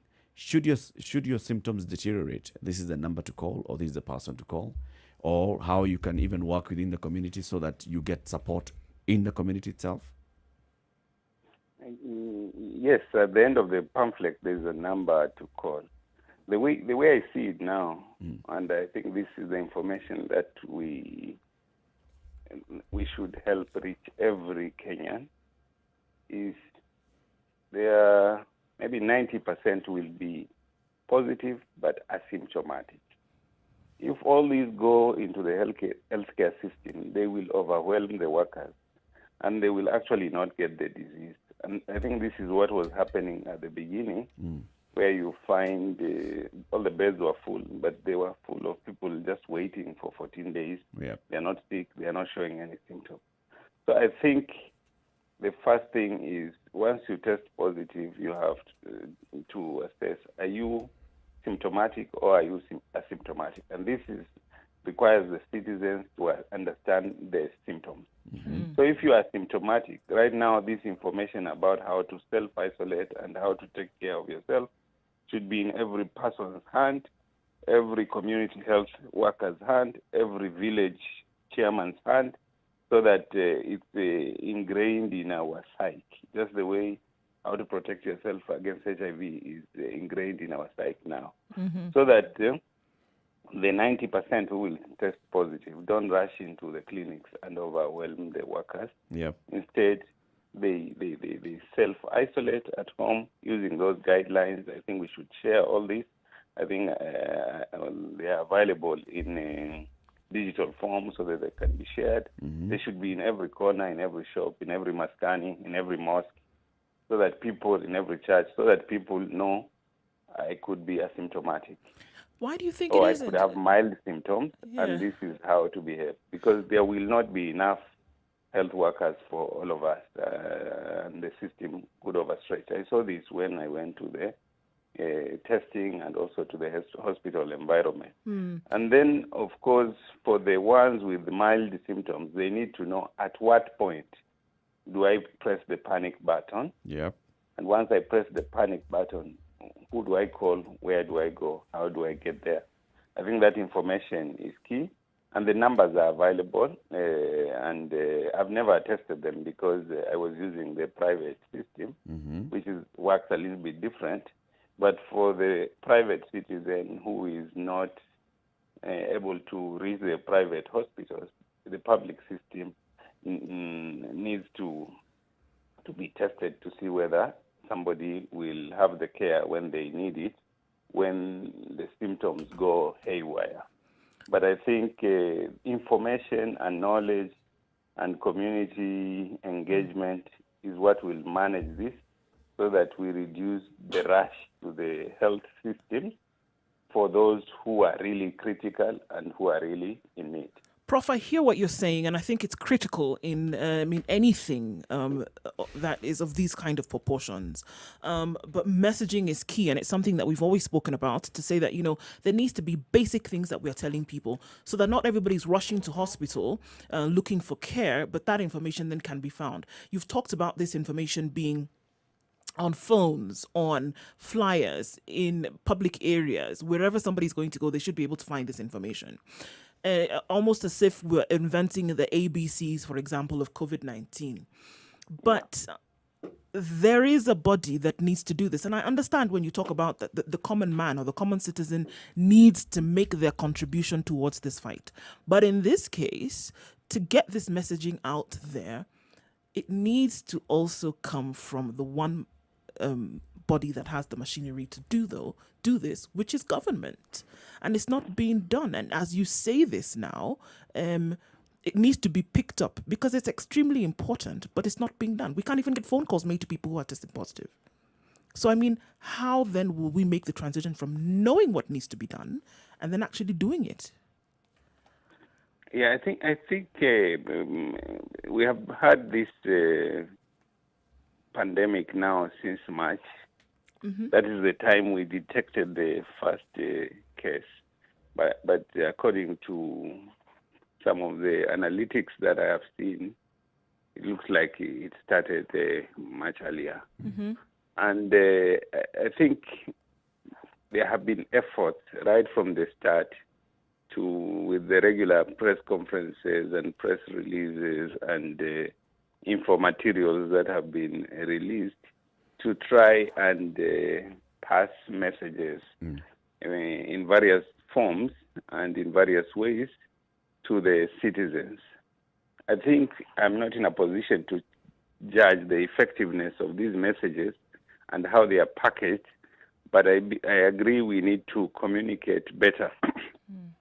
I think this battle will be won or lost at the level of communication. Absolutely. Because we are calling upon citizens to behave differently from how they were used to behaving. And it's a global challenge, by the way. It's not even just a Kenyan challenge. Yeah. I'm in contact with some people, and they're saying even in their own countries, they have the same challenges. So I think we have also challenged the Ministry of Health.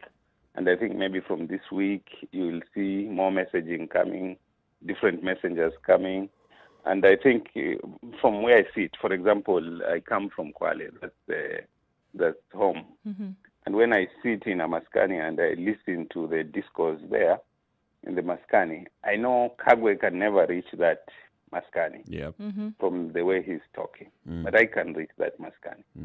Sometimes I go to the mosque and I listen to the arguments. And for example, somebody is arguing, this is imajaliwa.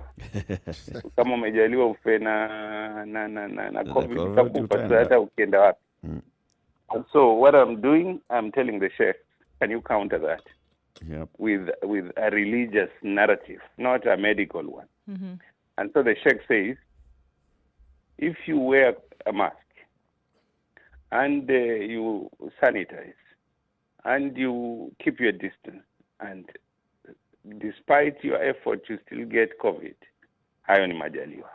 But if you go out there recklessly and infect yourself and infect your family, hayo si majaliwa. In fact, hiyo ni kama unatenda dhambi kwa sababu unafanya mambo maksudi.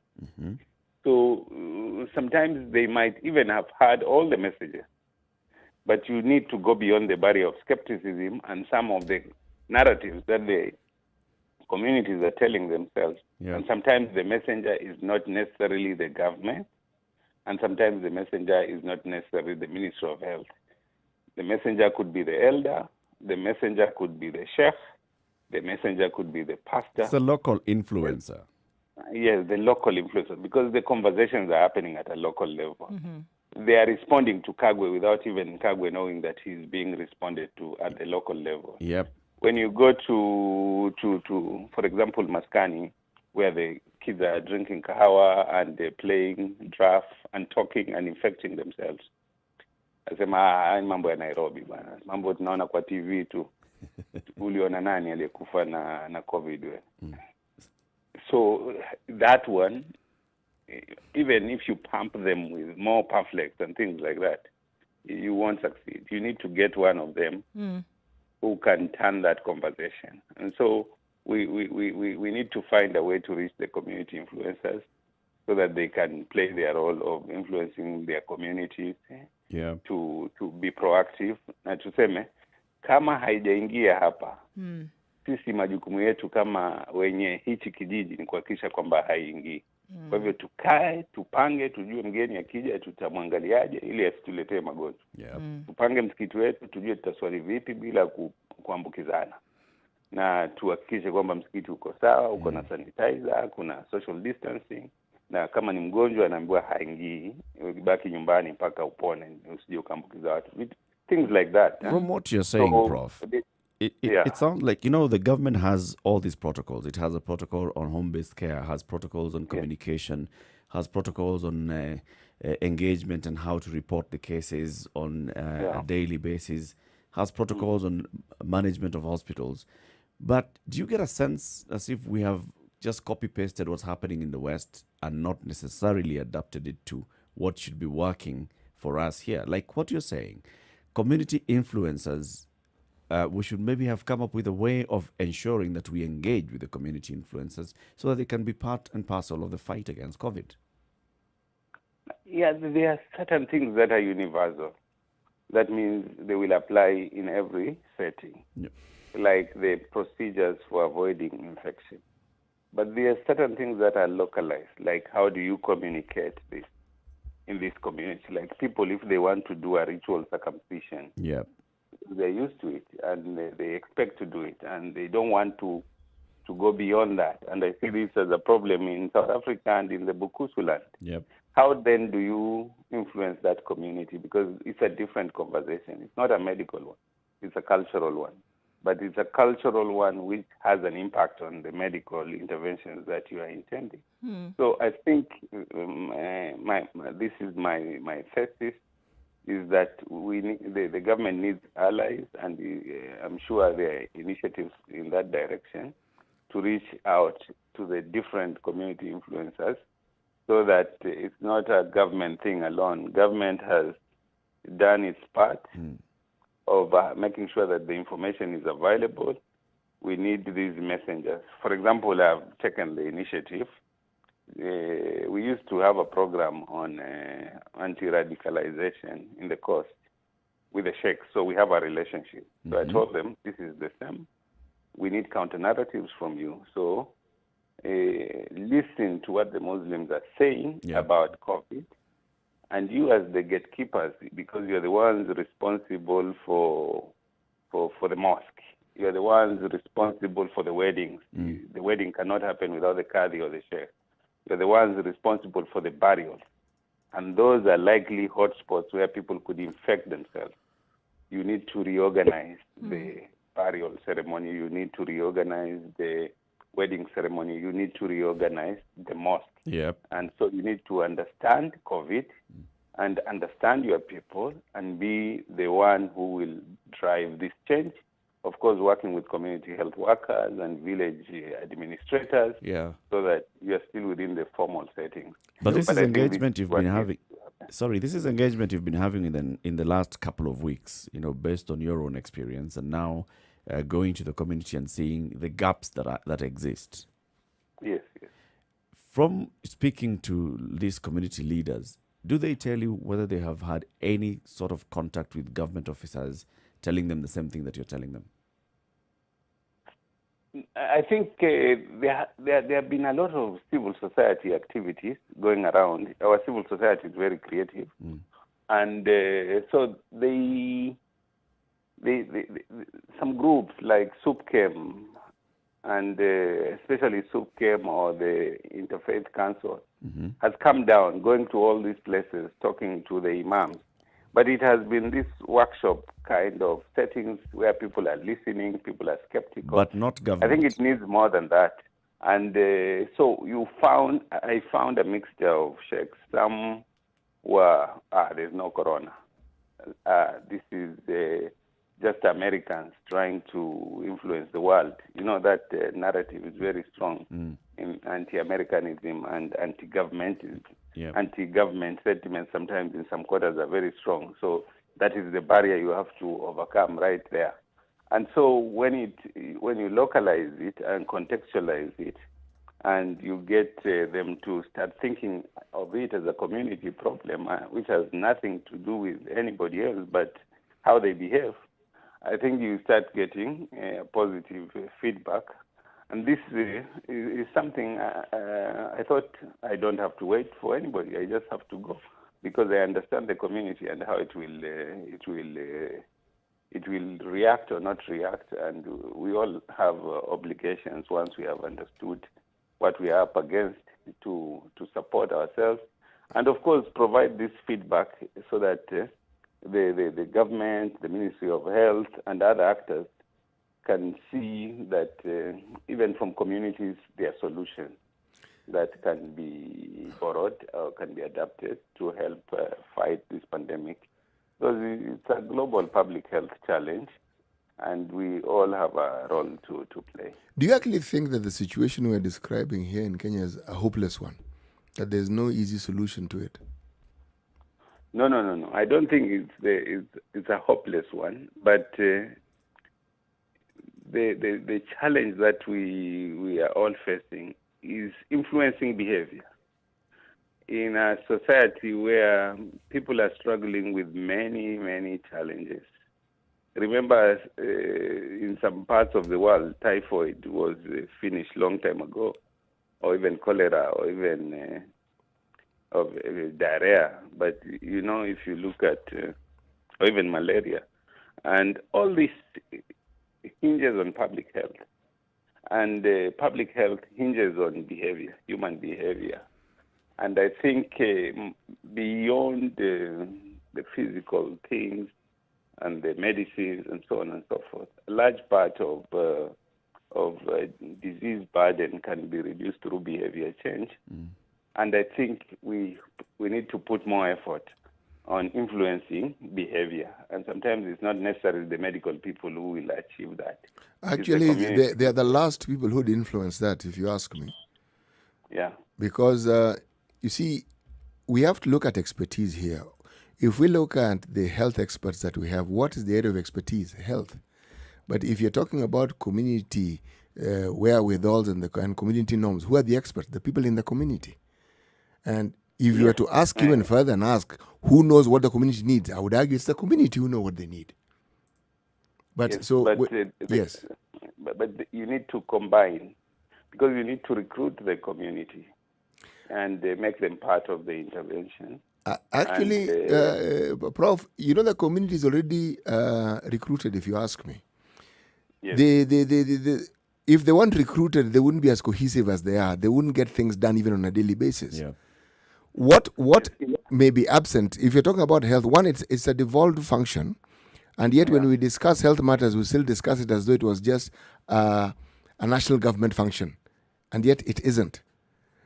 We also discuss it as though structures within which something like COVID can be managed don't exist. And actually, they do exist. HIV bequeathed us that gift, meaning because of the attention that was given to HIV, right around this country, we were able to have groups of people, individuals, who were not only just trained in managing and handling these matters, and they didn't go away simply because we got to a point where we were managing HIV better. They didn't go away. So it's whether these devolved governments can actually utilize the resources that already have at their disposal. And if you ask me, the resource is human resource. And I'm arguing they do have them. Yes. No, I agree with you. I think you see like the way the county of Mombasa reacted to the COVID and how the governor was very proactive in mobilizing resources, in setting up isolation centers, in locking down parts of Old Town and other areas where he felt the infection was getting out of control. I think that is a fantastic partnership. And I think the counties, because they are also close to these cultures, it is important that they become the bridge and the filters that collect this information from national government and the guidelines and domesticate them, working, of course, with the community influencers. I totally agree with you. I think that is a very good way of bridging this gap between the national and the community. And most of these county governments have also formed administrative units all the way to the village. Yeah.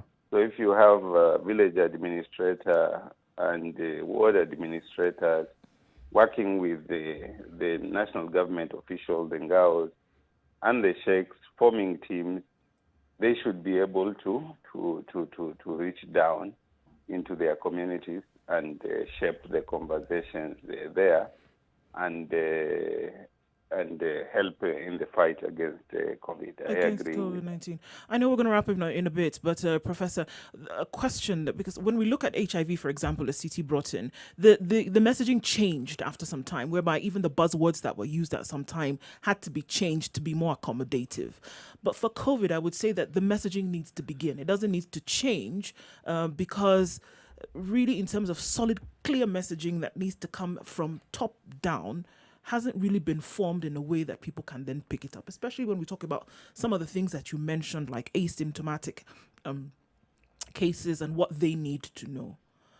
Don't you think that it is necessary then for government to have a united front with community influencers, with community workers at this point to say, this is what the messaging is, then go, as opposed to we've done our part, you take up the mantle. It does need to be united across board, doesn't it? It has to be united all the way, and we started in March. We are in August. It's 5 months old. I know it could be fatiguing, but I think this battle has just begun. Yep. Yeah. And so we are making some mistakes. We need to do some adjustments. But I think the most important thing is we need to learn from the processes. We need to learn from the failures, and we need to learn from the areas of weaknesses. We need to learn from the experiences of other countries to adjust our own system to be responsive. And I think there is room for that, and I think that is happening because we are an open society. We are not in denial. And I think with the robust debate in the public sphere, the Maskanis, in the WhatsApp groups, I don't think this thing, the debate and the suggestions are falling on deaf ears. I think people are adapting, and communities are also being innovative. I think, for me, we will succeed if we get the community to be involved and to be creative and to own this problem and to make sure that together with the counties and the national government, gradually we increase our capabilities to tackle this problem. And when I talk about capability, is community resilience against this disease, hospital capability to manage this disease, community health workers' capability to reach their villages and their people with the right information, and scientific capability to make sure that testing does not become the limiting step. The limiting step in this has always been testing, and it doesn't give us a big picture of what is happening, so that we look like we are riding on an iceberg. And then, of course, the capability of the national government to coordinate the national response to this and to link to international networks. So this is something that has to continue growing, strengthening, and reaching the level where we are, for example, with HIV/AIDS and other diseases, but also reducing the fear and shifting from fear to respect for this disease because of what it can do, and knowing if we don't do the right thing, so that people are not just running around afraid. Because what I've seen is that some people, once their relative test positive, they go into hiding. Or even themselves, if they test positive, they go into hiding because they... Professor, I'd like you to consider what your ministry would do in this fight, because the vast majority of our population are still very agrarian and they rely on farming, and that falls directly under your ministry. Just food for thought. Indeed. We created what we call a food security war room. Immediately COVID started, and we were looking at, we must continue producing, we must continue making food available, and we must make sure that the food is affordable. So we've been tracking food production and encouraging food production and making sure that food is produced with COVID compliant conditions. So we created guidelines together with the counties, and we shared these guidelines for every aspect of agricultural activity, from production to logistics to transport. And that is why you can see the food production, distribution, processing was declared as an essential service, and prices have largely remained stable, and we are tracking this on a daily basis together with the counties, and we are able to see where there is a surplus, where there is a shortage, where the markets are open, where the markets are COVID compliant. What we want to do now is to tweak our market guidelines to the point where the Mama Mboga also takes responsibility as they go to the market. The market committees also take responsibility for the market, so that they don't see this as just the government coming to give directives and they're there trying to resist, but as co-creators of the solutions around the market environment. A lot needs to be done, Professor. A lot still needs to be done. A lot has been done. A lot still needs to be done. We thank you very much, Professor Hamadi Boga, for speaking to us this morning. Thank you very much for sharing your story and your experience. And it's always a pleasure to come here. Thank you so much. Thank you very much, Professor. It's a Situation Room. It's Kenya's biggest conversation at 3 minutes to 8 o'clock. We take another break, and then we'll be back shortly. Good morning. Ready? Okay. Spice FM. 87.9 Spice FM. Mombasa.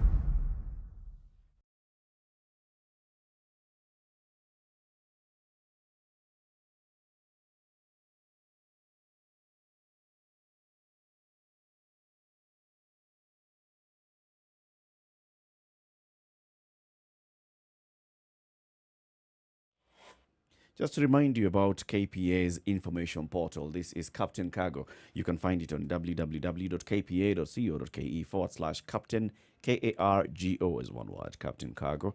And Captain Cargo is where you go and find information relating to KPA's operations. If you need to know any of the processes, import, export, clearing of your goods, even some of the terminologies used in KPA, even some of the fees that maybe you need to pay for whatever process. You'll find all this information on kpa.co.ke/Captain Cargo. Today, we are looking at one of those processes, which is, we've already done that, helped CT to export a consignment of, what was it that you were sending? Pineapples to the UK. Yes. And they've reached, and the Britons are enjoying that summer treat. Now, CT is going to import some stuff back to Kenya and is looking at getting some stuff on a vessel. And so we're going to look at what Captain Cargo says you need to do to import some of these goods. You're going to tell us what that is in a short while, CT. But there's processing documents for import cargo, and there are things that you need to do on this side. And Captain Cargo makes it actually quite easy for you to know what it is that you need to do. So even if you do have a shipping agent and they're making all of this information then made available to you with their communications between KPA and KRA, you know exactly what needs to happen on your end as well. Actually, I want to import generators, domestic generators. Yes. All right. Not these massive behemoths, just small generators that can act as a backup within the home. That's what I want to Super duper. We're going to go through that processing for you today. Okay. Yes. Coming to the top of the hour, we'll be looking at today's proverb when we actually cross over into the hour, so you can tell us that, and also we look at any Swahili translation of it. This is a Situation Room, Kenya's biggest conversation. In the next hour, we look at Africa and the emergence of Africa's economies, and also what is COVID-19 doing to the continent, and what are the opportunities that we find with this. Good morning. This is the Situation Room. It's Kenya's biggest conversation.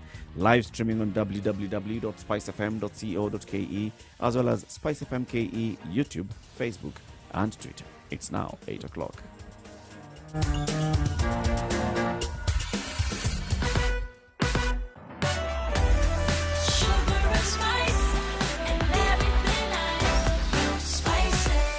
Spice up your life. 102.5 Spice FM, Kisumu. Okay, so the normal traffic that we see on Mombasa Road this morning is not too crazy, but it's going to get you into the city, you know, with a bit of patience is what is needed. A lot of people got off this road at about 5:30 in the morning. And so now we see around Nyayo Stadium roundabout, it's going to take you to Huru Highway, and it's going to be a little bit of a hold up, but you should be fine then getting into the CBD thereafter. Getting onto Huru Highway, however, and then joining all the way to Westlands, if you get into the city, you should be fine. All right, at the Pangani underpass, heading off of Thika Road and then towards the Globe Cinema roundabout. A little bit of traffic there, but not too crazy. So today looks like an okay day to get through traffic. On Jogo Road, getting to the CBD via the City Stadium roundabout, that also had a little bit of traffic, but nothing too terrible. The eastern and southern bypasses can be used, not a problem there. Spice FM KE, tell us where you might be stuck. We might be able to give a solution or give somebody else some help if they should need it.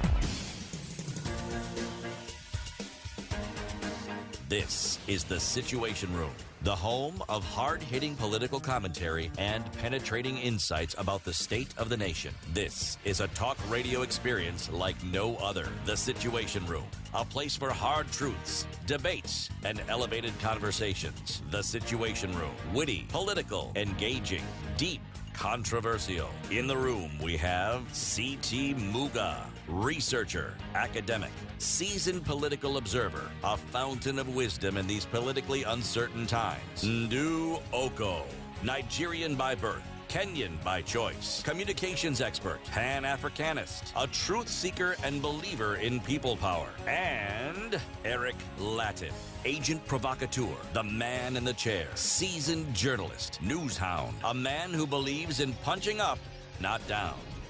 This is the Situation It is 2 Room. minutes after 8 the o'clock. only This way to is Kenya's biggest conversation, broadcasting on Spice FM and KTN Home for the next 1 hour, but also this broadcast on Spice FM every weekday morning, 6 a.m. to 10 a.m. CT Muga, let's begin the hour with today's proverb. Because a man has injured your goat, do not go out and kill his bull. Give us the context of this as we start. Well, you know, the contexts are usually really very broad. The political ones are the easiest ones to sort of like conjure up and talk about. Just because I have refused to vote in the direction you wanted me to vote doesn't mean you have to harass me the whole night and then put me in a cell full of people. Yeah. It was just a goat. You Wow. After all. That's rich, Titi.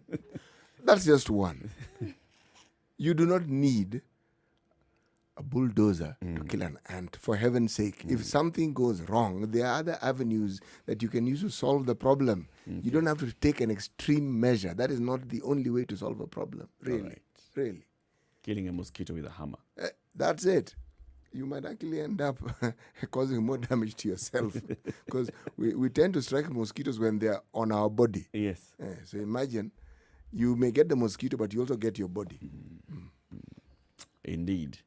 Shall we talk about Africa? And the narrative of Africa rising has been there for a while now. You know, Africa's economies, Africa's young demographic, Africa's increasingly educated demographic, Africa's natural resources, all those factors coming together to make Africa one of the future economies of the world. In fact, the future economy of the world. And the whole issue of Africa rising, that all the investment is now focusing, and the big investors internationally are focusing their investment into Africa, and all that conversation has been happening and saying in the next 1 or 2 decades, Africa will not be where it was 1 or 2 decades ago. And then COVID-19 comes, and it was expected by the West as well that COVID-19 is going to really, really hit Africa very hard. We have seen that the effect of COVID-19 on this young demographic of Africa is not comparable to what we see in the other Western countries. However, others argue that it's still early days, so that don't count your chicks yet. The eggs haven't hatched. All the eggs haven't hatched. So all these conversations are happening. But then things that are happening in the 80s in Africa and the 70s are still happening today. Coup d'etat is not a foreign word, at least to the people of Mali. In the last 24 hours, they have seen some mutinying forces that have gone all the way to Bamako, that have forced the president and the prime minister to resign and step down from office. And now the military is basically in charge of the government in Mali. We are seeing the kind of issues we see in Cameroon. They're historical. They keep flaring up. There's now a flare-up of the violence in Cameroon. When we see this in other parts of the continent, is Africa still rising? Is Africa's rise getting derailed? Are we asking about their rising, or are we asking about the direction in which they're rising? Or the speed. Because, honestly speaking, Eric, if you think about it, why are these people protesting? And if you look at, let's focus on Mali, all right? What really is the subject of conflict here? An election that is disputed. Yeah. That is not strange on this continent. It is actually even not strange on the In planet. the world. Yes. But what seems to be consistent is the inability of the leaders who are already in power to understand the need for compromise. Not compromise which suits them, but compromise which accommodates. Remember, Cote d'Ivoire had a similar problem. Yeah. Compromise was being asked for. None was forthcoming. The end result was disastrous. We had a similar problem in this country. We reached a compromise. Yeah. We were able to move forward. We were hurtling in the same direction that other African countries have hurtled. Because the thing is, violence tends to spiral, and then it just gathers a momentum of its own, and then becomes almost impossible to contain it. We saw the French had taken their troops to Mali to sort of like help stabilize the government. But if the discussion that is being asked for, remember they're asking for discussion, accommodation, if it isn't even considered, what do you think is going to happen? Because these people have made up their minds. They are not happy. And that's why that is the way they're expressing their unhappiness. So one could argue that Africa is rising in the sense that they are not putting up with leaders who they feel are not sensitive to their needs.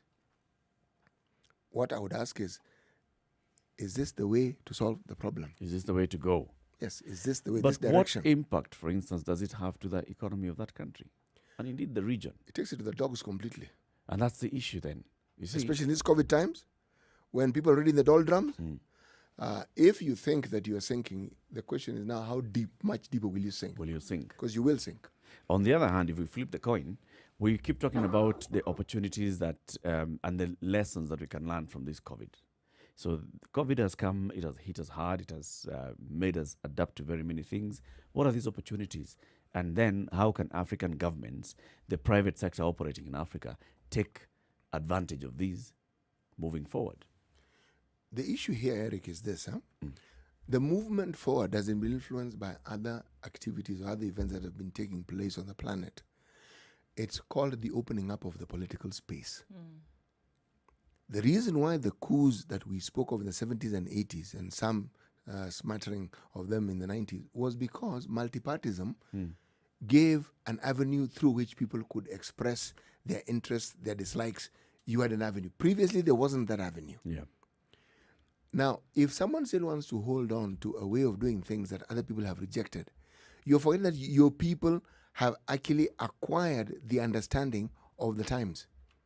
So there are things they might have put up with at an earlier time. In the present day, they will not. Not in this information age, not when people have at their fingertips information of what's happening right across the globe. So they're not just comparing you with the leader who preceded you in your country. They're comparing you with your neighbors. They're comparing you with the rest of the continent. They're comparing you with the rest of the world. That's what they do. And they also want to see the things that they consider good happening elsewhere happening in their country. Now, if you represent the things that are good which are not happening, then, my friend, you have a problem on your hands. You genuinely have a problem on your hands. So let's talk to somebody who understands Africa's markets, right? And this is the Eastern Africa markets leader at EY Africa, Frank Mwiti. Frank, good morning. Good morning, Eric. How are you? Salama kabisa. Welcome to the Situation Room. Say hello to my colleagues. Hello, guys, and thank you for having me. Good morning. Good morning. Good morning. Frank, you see what's happening in Africa. I mean, you, as the EY Africa, have been looking at the markets in Africa, have been looking at the trends, and everything is intertwined. Business growth, political growth, democratic growth, all those are intertwined. And with what we are currently seeing in Africa, leave alone what happened yesterday in Mali, just look at everything else before that, and then COVID comes and hits. What is the outlook like? That's an interesting question to ask, Eric. And maybe the way I would respond to that is taking into account what you just mentioned about Africa rising. Of course, in the recent past, we've had large headlines such as why Africa can thrive like Asia, Africa rising, as you say, Africa is becoming the new China and India, and all these things point to, of course, the continent's tremendous potential, but so far it looks like they've been off the mark. But at EY, based on recent reports that we've rolled out, actually we believe this time is different, and I'm happy to be held to account on that statement. And why we say that is there are three things that are actually coming together despite COVID and, of course, the other handships that are there globally, that we think give Africa a huge opportunity now to supercharge its growth. And that's around, number one, of course, technology and the enablement that technology is bringing to our markets. Whether that's, for example, our money transfer services, the ability for a large portion of our people to connect with each other almost instantaneously. And that is also opening up opportunities for our people in Africa. And Africa is very well positioned to actually take advantage of that. So that's the first thing. The second thing is demographics. There's no doubt that, of course, we have a very young population almost across the whole of Africa, bar very few countries. That demographic is actually well suited to take advantage of the opportunities that now exist in the global environment we are living in. And that then combined with the changes in technology is actually showing that Africa is now well positioned to actually use its demographics and use the technology opportunities to go one step further and up the ante on its economic development. And the last bit is the obvious one. We are the single biggest continent physically. The natural resources that abound are untold. So you are getting into a position where even the geopolitics that we are living in between the U.S.-China pool is actually pointing to Africa being very well positioned to use its natural resources and the physical vastness of the continent to its advantages. Now, that can, of course, be misused. It can be a wasted opportunity. But I would say that COVID has actually brought the need for African governments to actually come at the table and make use of this opportunity in a more robust way. The reason I say that is COVID has shown, of course, that food security can be easily disrupted given the issues we have with our supply chain. It's also shown that our local manufacturing really needs to be a bit more self-sufficient because of the disruptions that we've already had from our local markets where we source our raw materials, for example, China, India, depending on what it is that you're manufacturing. And then thirdly, of course, is the need to now have more intra-Africa trade. And that is actually expected to jump from about 10% a decade ago to about 14% just on the back of COVID. What is going to make it jump? Well, we have to. And the truth, it's good that the speaker before me did actually point to the need for our populations are becoming a bit more alive to what really their government should be doing. I think I will not talk about Mali. I'm not well versed on political matters and things like that. But the point is, this actually crisis is one that should not be wasted, particularly in Africa, because it's an opportunity for people to actually first point out to the huge inadequacies that are there in the way a lot of our resources are managed, the huge dependency on other markets, the lack of sufficiency in our own capabilities, for example, around food, the huge disruption in hospitals and education shows you that we really have inadequacies that need to be addressed. I think this is a crisis that must not be wasted. And our report actually does show that Africa is well positioned to actually by some luck, I don't want to say whether it's good luck or bad luck, to actually be at this inflection in time when it is now time for us to actually make some of these things work without just behavior in the past. But we were well positioned long before COVID. I was going to say that easily, Frank, 10, 15 years ago, it was global knowledge that Africa has been positioned to, even some have been sensationalist enough to say, take over the world, right? Been positioned in that manner for some time. The bottleneck in very many cases has been implementation.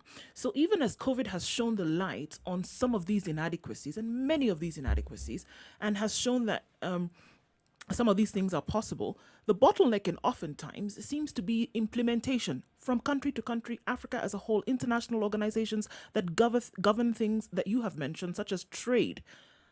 Implementation in most cases seems to be the problem, has been the problem for 10 years, is the problem today. So with or without COVID, how then will the implementation then see this to fruition?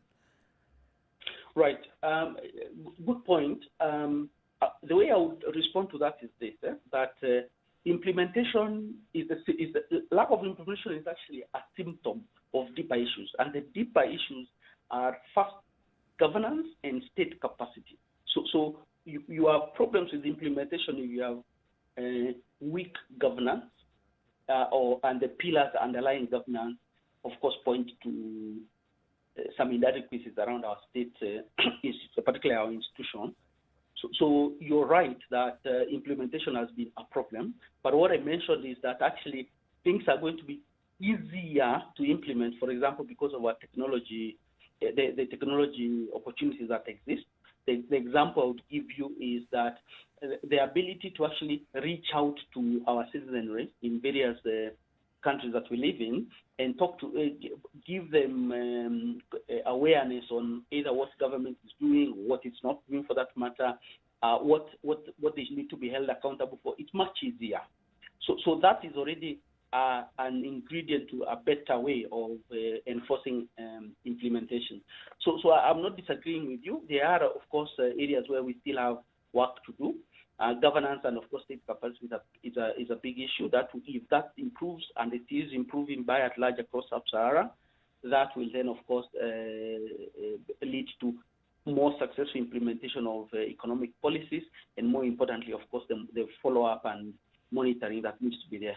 The second bit that is also important to mention is, in the past, we've also the economic growth in Africa has been impeded a bit because of some of the mistrust for foreign powers, as you know, because of a lot of our history. Mm-hmm. Some of those barriers are also getting reduced, and that will you can actually see, for example, some of the non-traditional actors, such as China, being in our continent and actually doing some things that you can actually say whether it's economically viable or not is a different matter, but there is implementation. What I'm trying to say is the balance of power in the global order is changing, and it's changing actually to Africa's advantage. It's just a question of how do we make sure that works for us, and more importantly, to your point, how do we make sure that the policies that are put out there are actually implemented properly?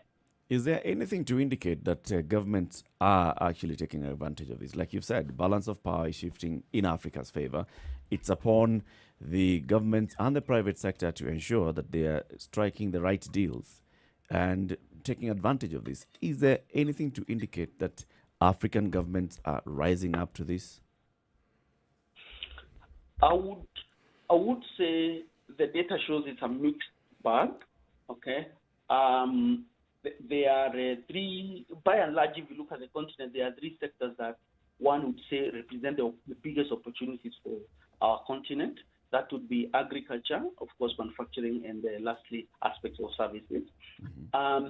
In agriculture, I think there are actually countries, including our own, that are doing a good job of making sure that agriculture actually is used to propel our economic development, and that will continue to be the case, to be honest, because that sector is going to be a growth engine for probably a long, long while, knowing that Africa's growing population is forecast to double by 2020. So it can't not be solved by imports alone. We have seen policies being rolled out that reflect seriousness around making sure agriculture works for us. You know that across the world, Africa is the remaining 60% of arable land is actually seated here in Africa, and we can see there are examples of that happening. So I would say, at least for agriculture, that is happening. Now, of course, there is foreign money that is coming to make large-scale commercial agriculture work in Africa.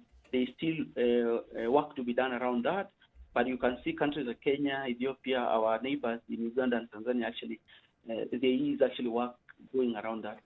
No, Frank, my question was actually about governments taking advantage of this and ensuring that the kind of deals that they strike with anybody who's coming to invest in Africa is to the advantage of the people of Africa.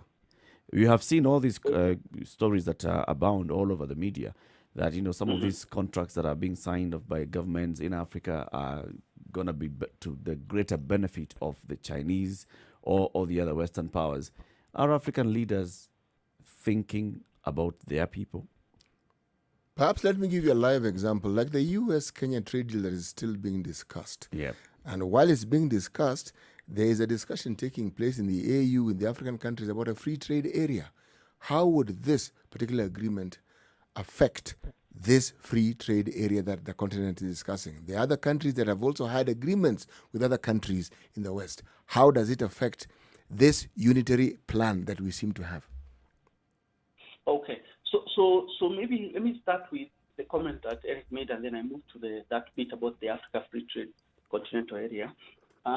Maybe let's start by saying that, of course, we have a diverse range of governments on the continent.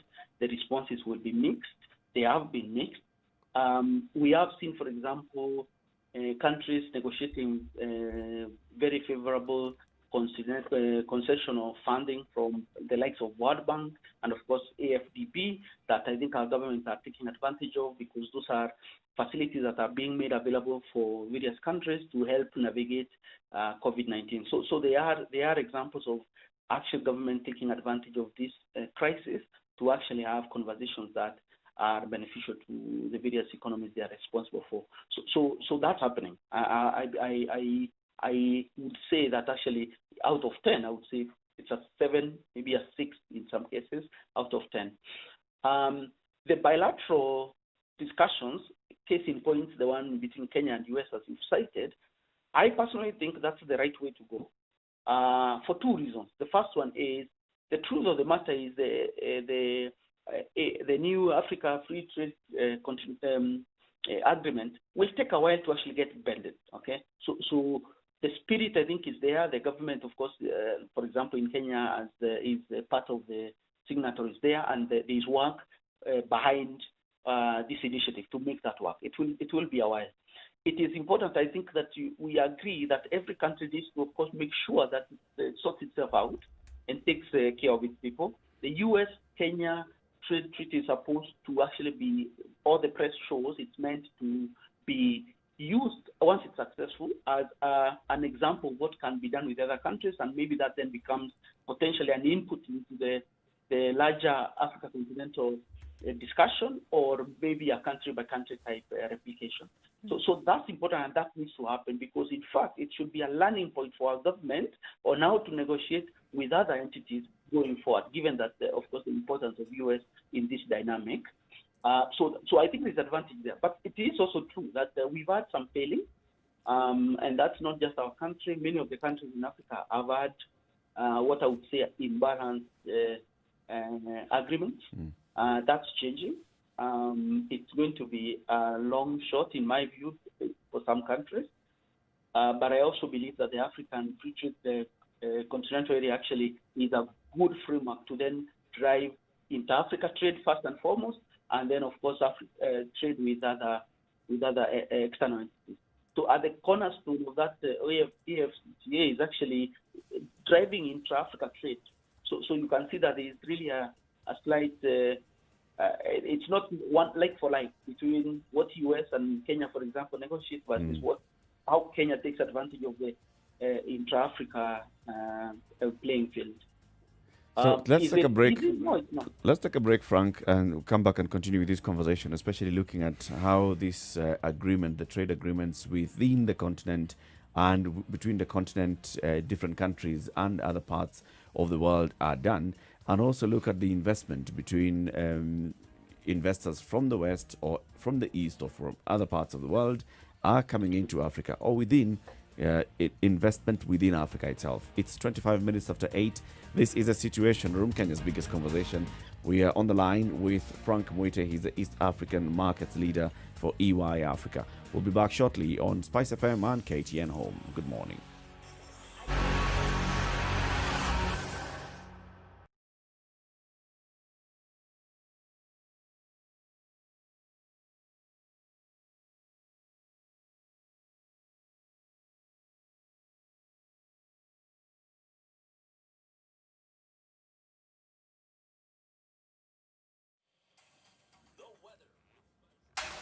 The And weather. the sprinkle has begun in Nairobi this morning. It's still quite overcast and raining in some parts of the city. Highs of 23 today, currently at 16 degrees. In Nakuru, it's cloudy conditions as well at 16, likely to see some rain later on. All right, taking a look in other parts of the country. In Eldoret, it's 15 degrees and partly cloudy. We're likely to see this throughout today.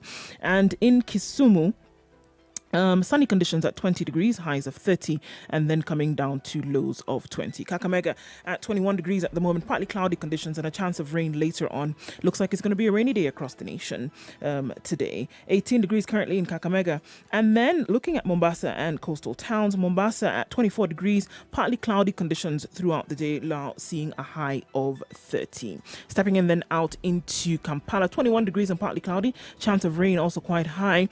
We'll see a high of 30 in Dar es Salaam today, where fog has covered most of the skies and is quite overcast and low this morning.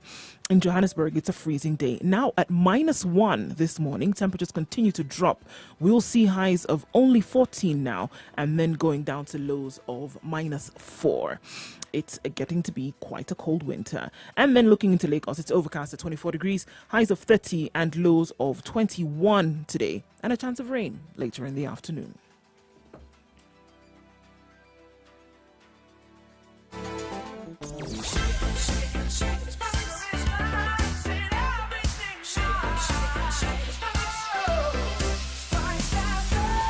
Spice up your life.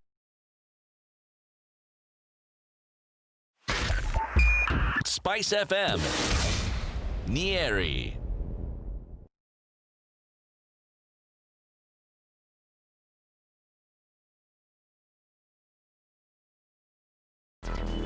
Traffic. All right, Mufaiga inbound is bumper to bumper, and this is all the way, and it's joining from all roads, Kiambu Road and from Greater Thika Road, bumper to bumper at Muthaiga Corner and also at Kiambu Road Junction, then leading to the Pangani Underpass. It's a mess, and in just a few minutes, this has all come together. So it needs some patience to get out of there this morning. We'll see how that opens up in about a half hour or so. Mombasa Road is not looking too terrible right now as you then get to the part where construction is taking place.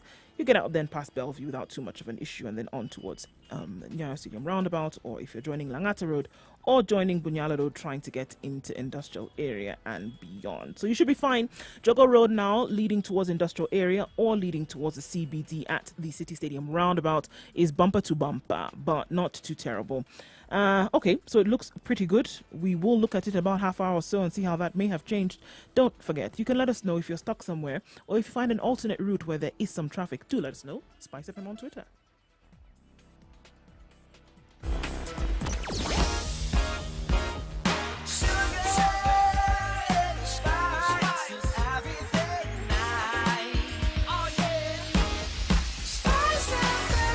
Spice up your life. Mature, intelligent talk every morning. Spice up yourself.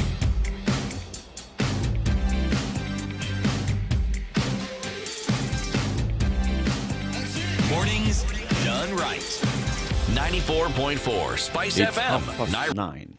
No, 8:30. Okay. Where are you rushing to? Yeah. Wait, this guy's going to tell us it's Thursday. Just give him time.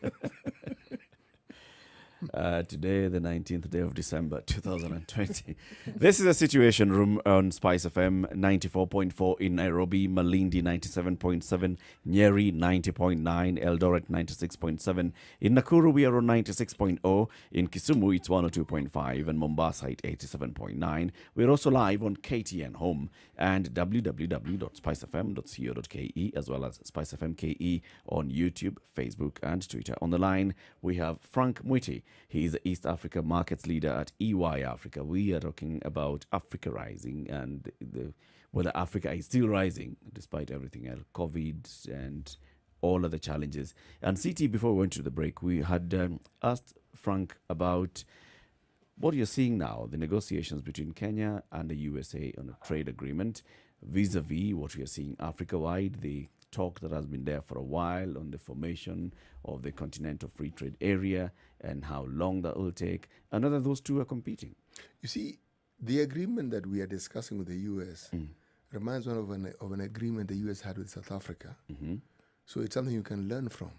The impression one got was that the U.S. trade agreement was more or less isolating South Africa and working with them and not considering the rest of the continent. And yet the discussions that the continent has been having is so that we can have commonalities in platforms from which we do our business. If you look, say, for instance, as just a simple issue of logistics, our logistic cost on this continent is 7 times higher than that of Europe. Mm-hmm. So if you're talking about competitiveness, the moment you have that disparity, then this discussion that we're having actually becomes moot. For the simple reason that you can discuss the platforms, but when it comes to actually ensuring that there is some benefit derived from it, the cost alone will push out any benefit that you may talk of. Now, when you talk about the difficulties, of course there have to be difficulties. Of course the countries are different. But of course, where Mr. Mwiti is right is there's the understanding that we do have the resources and that if we work in a certain way, we can benefit each other. We can. But that isn't happening. There's talk about it. There's lots of talk about it. Intra-Africa trade Yes, and all. there's lots of talk about it. But what we see is how African countries get into agreements. The US was just an example with other countries to do business with them and not necessarily taking into consideration this so-called continental benefit. But I don't get it though, City. I mean, if you look at Africa itself, intra-Africa, there's been all this talk and all these economic blocks that form. COMESA is one. If you look at communities like the EAC, trying to have all manner of federations, whether it's political, economic, and all. Look at West Africa, Southern Africa. We have those. Of course we do. And then we have the continental one that's now looking at how we can trade better within the continent. Yes. That doesn't mean that we isolate ourselves from the rest of the world. If you have an understanding... Or are you saying that then it should be all of us collectively as Africa negotiating with the US? That would be the desired end, but it doesn't work that way, because some of these countries that we speak of, we've had relationships. The variety of African countries have had relationships with. You see, trying to get the continents act together is a work in progress. It is not that you shouldn't have an agreement with these other countries. By all means do, but make sure that it's aligned with the agreements that have been discussed and have more or less been agreed on should benefit the continent. That's really what it's saying. But if the idea of isolation comes into being, then it means that the understanding is just between you and them. Now, no country gets into an agreement with another one to benefit the other country. No. You first of all consider the benefits you are going to get, and then you throw in as a sweetener the benefits that will accrue from this deal for that other individual. Remember, the broader discussion about the continent and where Mr. Mwiti is right is with this very understanding that he is actually putting across. But this understanding, as things stand right now, and the reality surrounding it falls in the realm of a lovely dream. What do you say to that, Frank? I quite like the summary end there about it being a lovely dream. And in many ways, I can relate to that point. But I think there is 2 points to make there, which is that it is true that one would say there are, of course, U.S. motivations for getting into the proposed FTA, the free trade agreement, is about largely a symbolic move by the U.S. to neutralize probably China's influence in Africa, and maybe there is reason for that. But the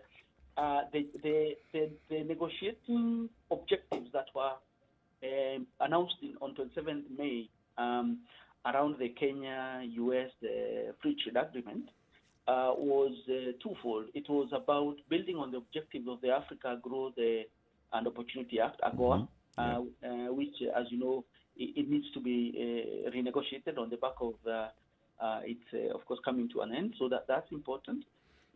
You can argue that has not been used to its full reality, and that there's room for growth there, for improvement there.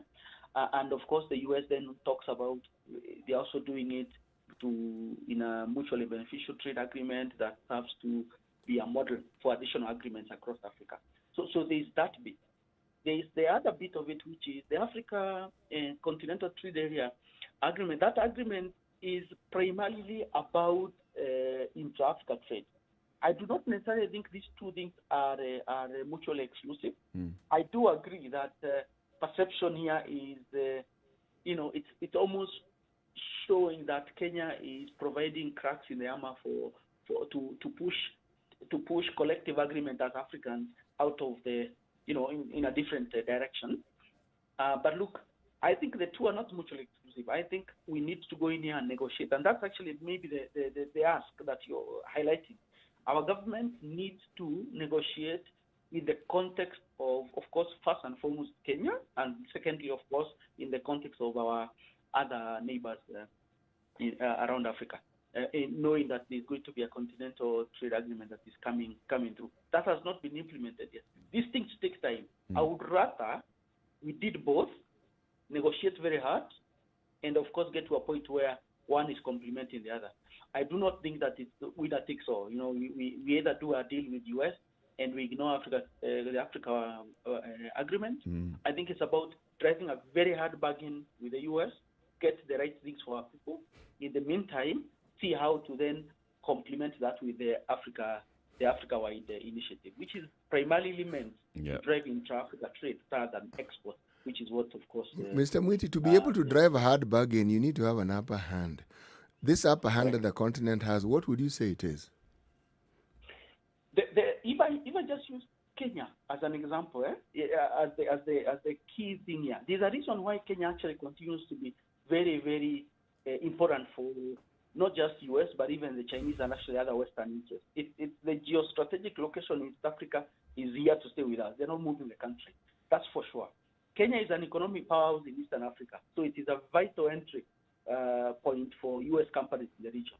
Indeed, even if you were to extend that to other geopolitical issues like the US war on terror in the Horn of Africa and the counterterrorism efforts that are being driven around our neighborhood, actually Kenya sits at the center stage of that. So there is that bit which we actually need to use to our advantage. China is also aware of Kenya's value. It sees the country as an entry point for Chinese investment into the rest of the continent, and has even pursued a free trade agreement with the East African community, which as you know, failed. Yeah. So we actually have bargaining power. Do we use that power, though? I'm looking at countries across the continent, and we go into these agreements, or we go into these contracting, or we go into these acts and such. Do we use the knowledge of that power? And even segueing into another question, do we use information then to make decisions upon which we can bargain and negotiate? Nobody has to tell Kenya, for example, that they are strategically positioned to do so many things, to make so many decisions, to have the upper hand that CT was talking about when it comes to bargaining. Do we use it to its maximum potential to be able to get through what you can get through that bargain, to get what countries can? Do we use it? Or is it just common knowledge and then we just, prance about with that information on our shoulders and not actually apply it to something that is going to help nations? I would say the short answer is no, we don't. And it's unfortunate in many ways. Having said that, I think in the lens for US, Kenya, I think we also need to, of course, at least be realistic that there's a huge discrepancy between the US bargaining position and ours. So there's that bit. Now, what I think we need to be saying is, this time round, how do we negotiate differently in the context of we actually are in a sweet spot as a country? Number two, there's the context of Africa Trade Agreement, the larger continental agreement, as you say. And thirdly, we really have almost a lifetime opportunity to actually do something decent this time round. So I agree with you. We've not done it to the best. We've not used it as well as we should have. There is the realities of the imbalance between the U.S. position and ours, at least from a trade perspective, and more importantly, of course, that we need to negotiate in the context of our other partners. So whether that's China or indeed our neighborhood in East Africa, or even some of the traditional partners like UK, who also are pursuing trade agreements with Kenya. So you're right. We haven't used it to the best of our ability. We need to do it this time round. We need to be realistic, but there needs to be an agreement that actually is about intra-generational type positioning, not just the next 1, 2, 3, 5 years. I wrote a paper about this when I was in college, and at that point, the potential that Africa has is something that was being spoken about. And it seems to me like Africa is treated like that kid in the race where they says, don't worry, next time you can do better. And then they run again, and then they're told, don't worry, next time you can do better. And we just keep trying to get to that place where what needs to happen for us to actually run this race? Africa Rising is a buzzword that has been used for so long. You can do it, Africa. Come on, let's egg you along. But really, can we just not just do it? Really? Look, I'm in the same position as you are in terms of some of the frustration around, the latent potential that's there in our motherland. But, we still have room to make that a reality, at least in our lifetime for sure. I personally see this as pockets of good stuff. So, for example, I actually am quite proud of what Kenya has achieved in the technology space. I think we are running that race fairly well, and there is huge opportunities to drive that even further in leaps and bounds. Compared to whom? Actually almost everyone else in the continent area. Look, if you look at our financial services space sector as an example, and the technology underpinning it, and some of the way services are rendered, look, man, we are way, way ahead. I lived in the UK for 15 years. I can tell you for sure, compared to the sort of financial services access that's there versus what we have here, no, we are ahead. And if you travel around Africa, you'll actually see Kenya has actually done a decent job around that. Is There's that what still room Kenyans to- tell themselves, or is this the reality? No, it is the reality. My friend. You know, if you go to, and I'm not saying this in a bad way, you go to some of the francophone countries, my Yeah, friend. No, man, we are actually ahead. It's just that sometimes we don't know how good we are having it compared to some other neighbors. Now, I'm not saying that we are there yet. If you go to some places in Asia Pacific, for example, for sure, we don't compare. Let me So- introduce so with that- perhaps an alternate perspective here, all right? And the thing that Africa has in abundance and can leverage on is something called arable land. Only 10% of this planet is arable, and 60% of that 10% is in Africa. Yes. Now, when you have an agreement where we are being asked by the US, part of the agreement is to import agricultural goods. I'm sure we should. It's a good thing. We should also import agricultural techniques that are beneficial, that have benefited them. But all this arable land that we have, if it's already 60%, it comprises 60% of the world's arable land. Is this not a resource that should actually get the focus of these African countries? Because the argument has also been there when you talk about Africa rising, that Africa could feed the rest of the world. If we have 60% of arable land, surely that arithmetic is not difficult to figure out. If I can comment on that, you're right, absolutely. We are sitting on, a huge resource, and that is relevant not just for our growing population in Africa, which, as I said, is forecast to double by 2050, but even in relation to other countries. So, for example, Middle East is a net importer of food, etc. However, there are certain things about agriculture in Africa that we need to be realistic about, which is this, that farmland productivity in Africa has yet to evolve beyond subsistence levels. Yep. And there's no reasons behind that. Is we lack a lack of economies of scale because we have fragmented ownership. We have insufficient technology that's being used, and of course, the elephant in the room, little capital. Or insufficient capital going to that space. You're right. And if you were president... What are you today, I arguing imagine against? the first CT thing- disagrees Sorry? somewhere. What? Well, what Mr. Mwita is saying, if I was in an economics class, it would be 100% because we'll be talking about economic theory and how these things pan out. So what's your argument? I am saying that those are things you change with government policy. It's not complicated. But they haven't changed. See, that's the point. Why are we where we are? No, We are no, where no. we are because, one, of our production capacity, capital, because of our fragmented ownership of land, so we are not doing large-scale farming. I mean, this is the reality. Are you arguing against that reality? No, I'm not arguing against it. I'm simply saying there's an alternative narrative, which, in my opinion, is stronger.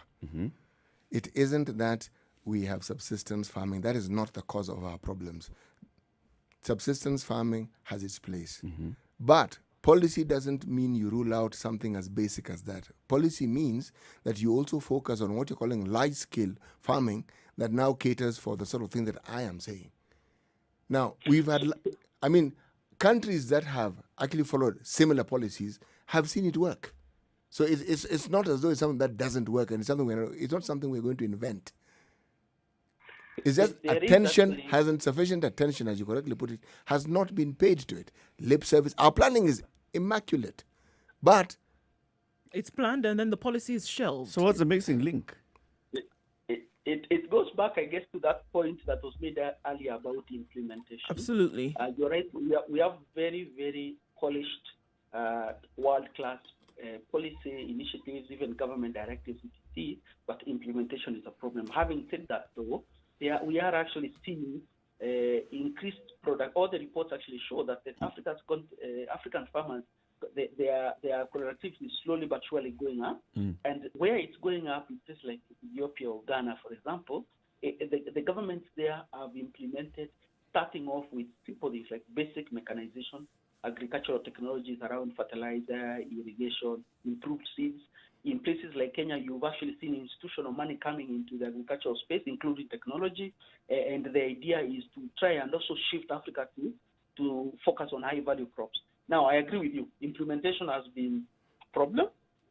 Policies, I think we've got right. We understand what the issues are.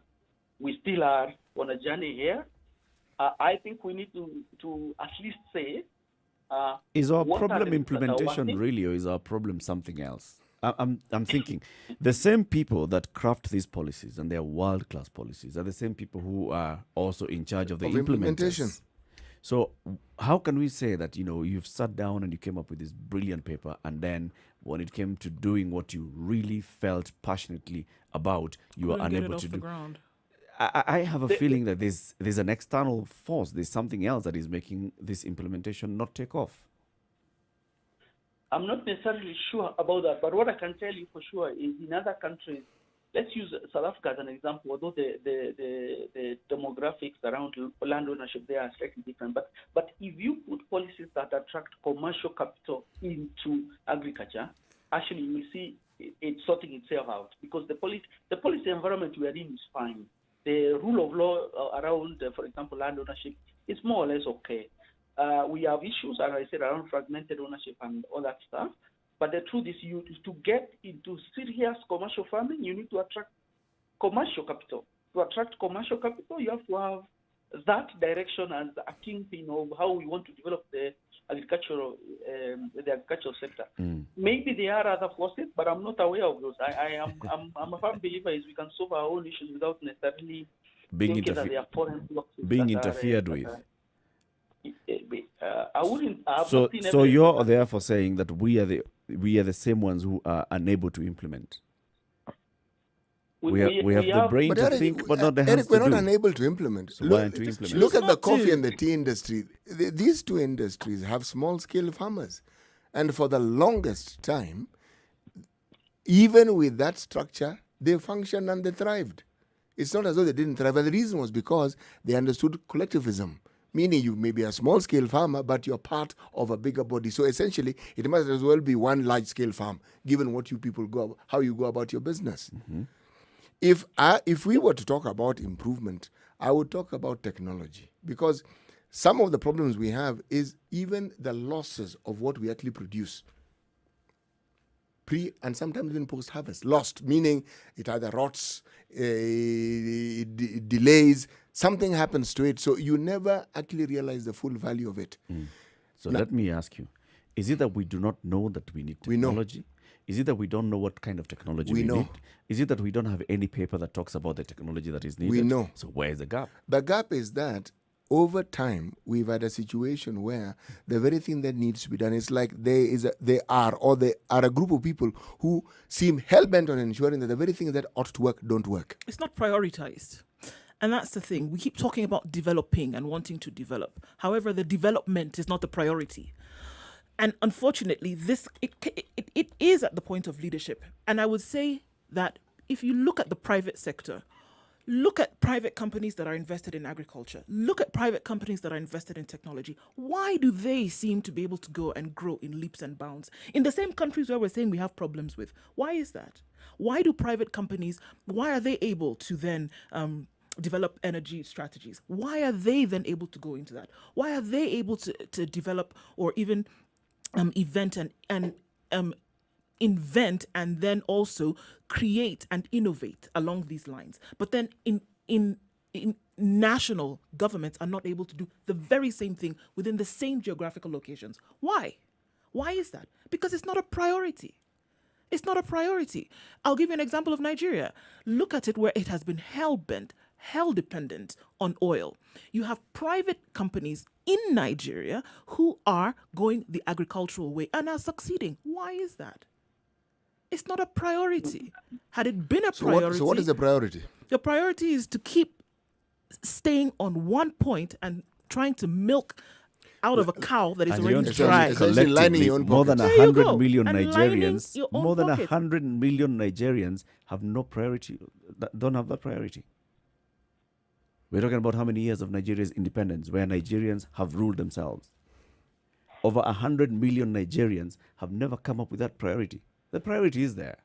Not for the national government. Okay, so who's this government? Not for the national government. Governments come in, The governments national go, government, the governments one are who put in by people. who has the power, Yes. who has the machinery to get this and get it done, are more interested in lining their own pockets, unfortunately. And it is a very small, it is a minute percentage of the general population. State capture. There you go. And that's why I talked about an external factor. And this tech capture is not just because there's a cabal in government that is thinking very Pan-African. No, it serves another interest somewhere. And That it's for as interest long of a as very for as few. long as you're not able to produce en masse, then this whole talk of you telling us, oh, Africa can feed the world, is a pipe dream. It's never going to happen. It's not going to work. Guys. Just one comment to make on the small scale aspect of farming and how it's worked in other economies, and then we can talk about that what you just mentioned about why do we keep getting it wrong. So in other economies, the truth of the matter is small scale subsistence farming has worked where there is strong cooperative institutions. So Ireland is an example. Ethiopia is actually coming through on that basis and other aspects in other areas in countries in APAC. So to the earlier comment around subsistence farming, I think if you look at, for example, tea and coffee, when it was particularly successful, actually the underpinning institution around that was the cooperative. Of course, for tea, there was the KTD and all that. So cooperative movements still have a huge opportunity in Africa to actually harness what successful small scale farming can do, because the big issue there is lack of capital and lack of market access, which cooperatives can solve. Yep. But going back to your point on why is it we keep consistently getting it wrong? Look, we have challenges around governance. I think there's no question about that. These challenges around governance, absolutely every country on our continent. We think that this time around there's a better opportunity for actually to make governments accountable. But people must also elect the right leaders. We can't. Mr. Mwiti, when they're elected, they're all right. Believe me. The point they're elected, believe me, people are convinced they're okay. The rot seems to set in later. We need to take some of the blame, my friend. We need to take some of the blame. If I am running a business and I recruit the wrong people to run it, and if they run it to the ground, I also should take some of the blame, my friend. I think we need to say your vetting was wrong. Yeah. It's a two-way street. Actually, the vetting is usually right. Yeah, how did they get there in the first place? Because they convinced us they were the right people. Okay, so the root cause then needs to be to sort out how we identify who are the right people. Actually, there's no silver bullet for this one here. Isn't it about time the buzzword of Africa Rising No, we need then to was expand our changed? vetting. You know, we go to some certain organizations, like I'm sure Frank will tell us, EY Africa doesn't just go and sit with somebody in one interview. How do we know they don't? I said, I'm sure he'll tell us. You can confirm that, Frank. You go through a rigorous process. There is vetting, there is checking of background, there's background checks conducted. So by the time somebody has actually passed through that sieve, you are you're never 100% sure, but you're almost sure that whatever they told you matches with whatever else you've been told by other people about this person. But Frank, thank you very much for speaking to us this morning. 1 hour is not a long enough time. It's actually a short time. We'll have you again soon to continue this conversation, Africa, trade and growth, and all matters pertaining to African markets. Frank Mwiti is the East Africa Markets Leader at EY Africa, and he's been speaking to us this morning about Africa and our economies and our potential to grow. We thank you very much for speaking to us. Thank you for having me. Asante sana. Thank And you, also Frank. Thank you, Frank. we want to say thank you to our audience on KTN Home. We've been on KTN Home since 7 o'clock to now, coming up to 9.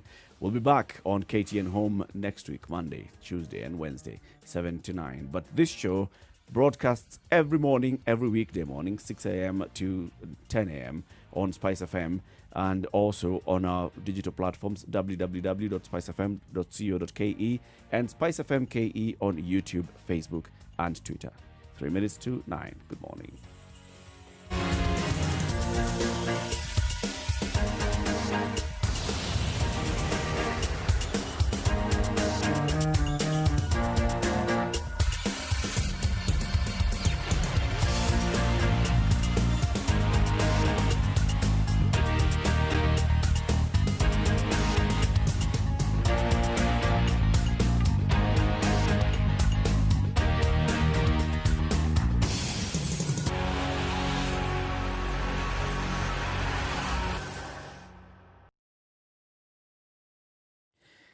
www.kpa.co.ke, KPA.co.ke/Captain KARGO. Captain Cargo is a new portal by KPA which offers you information on what KPA does. And the Kenya Ports Authority, well, we know, first of all, Kenya Ports Authority does not just operate from the Kilindini Harbour in Mombasa.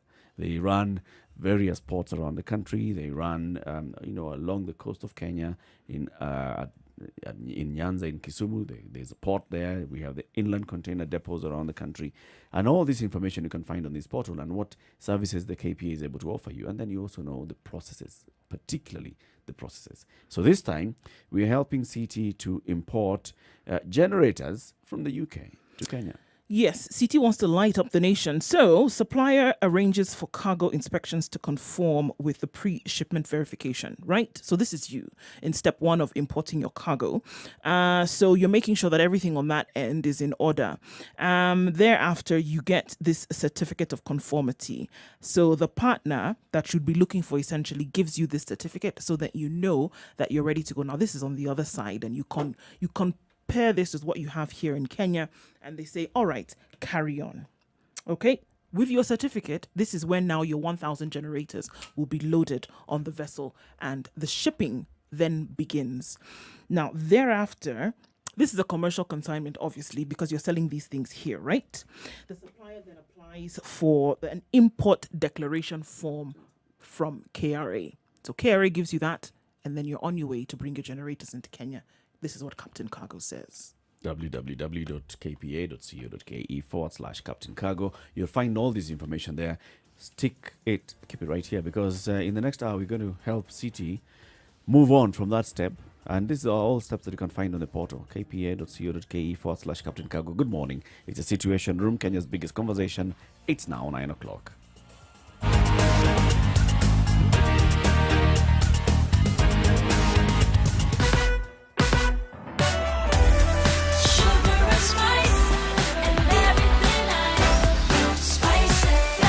Spice up your life.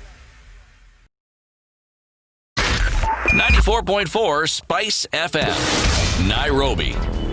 Traffic. A little crazy inbound onto the road, getting yourself into the CBD is going to need some patience today. It's not moving as you'd like it to, but you should be able to get in and out without any problem. Okay, so remembering that the Thika Road will be closed from Friday for 5 days, so you need to make sure that you plan your routes properly, because that means that there will be some traffic in the morning as it opens up. On Mombasa Road, getting into the city centre is not too terrible either. So today looks pretty good, guys. I don't think we have much of an issue. We'll keep an eye, though, and see if anything does change. You also keep an eye for us. Let us know so we can spread the word. Not to forget, on Twitter, it's SpiceFMKE.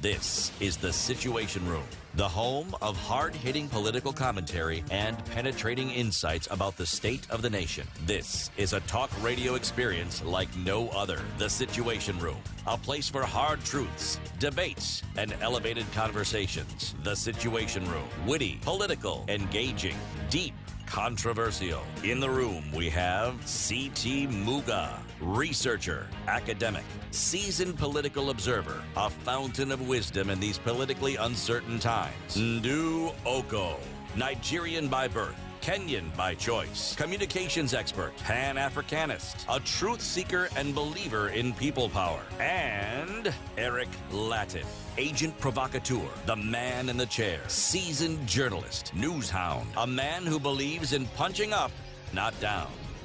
This is the Situation Room, the only way to start your 2 day. minutes after 9 o'clock, and we thank you very much for keeping it right here. Just before we start the next topic, City Muga will remind us today's proverb. And today's proverb, by the way, we are asking people to tell us anything close to this proverb in Swahili or in some language that you're familiar with, which isn't English. Which is in English. What's the proverb? Because a man has injured your goat, you do not go out and kill his bull. Except What should you do with the bull? Injure the bull. Well, that's for you to decide, really. Just don't kill it. If it doesn't have a goat that I can revenge with directly. Well, the thing is, when you go to kill someone's bull, you're taking vengeance to its ultimate... Yes, You injure my goat, I kill your bull. So, Yeah, it's to yes. send a proper lesson. I'm replacing injury with death. Yes. Yes. I am basically sending a message. Try that again. You try. And see. Yeah. You try, Utanipata.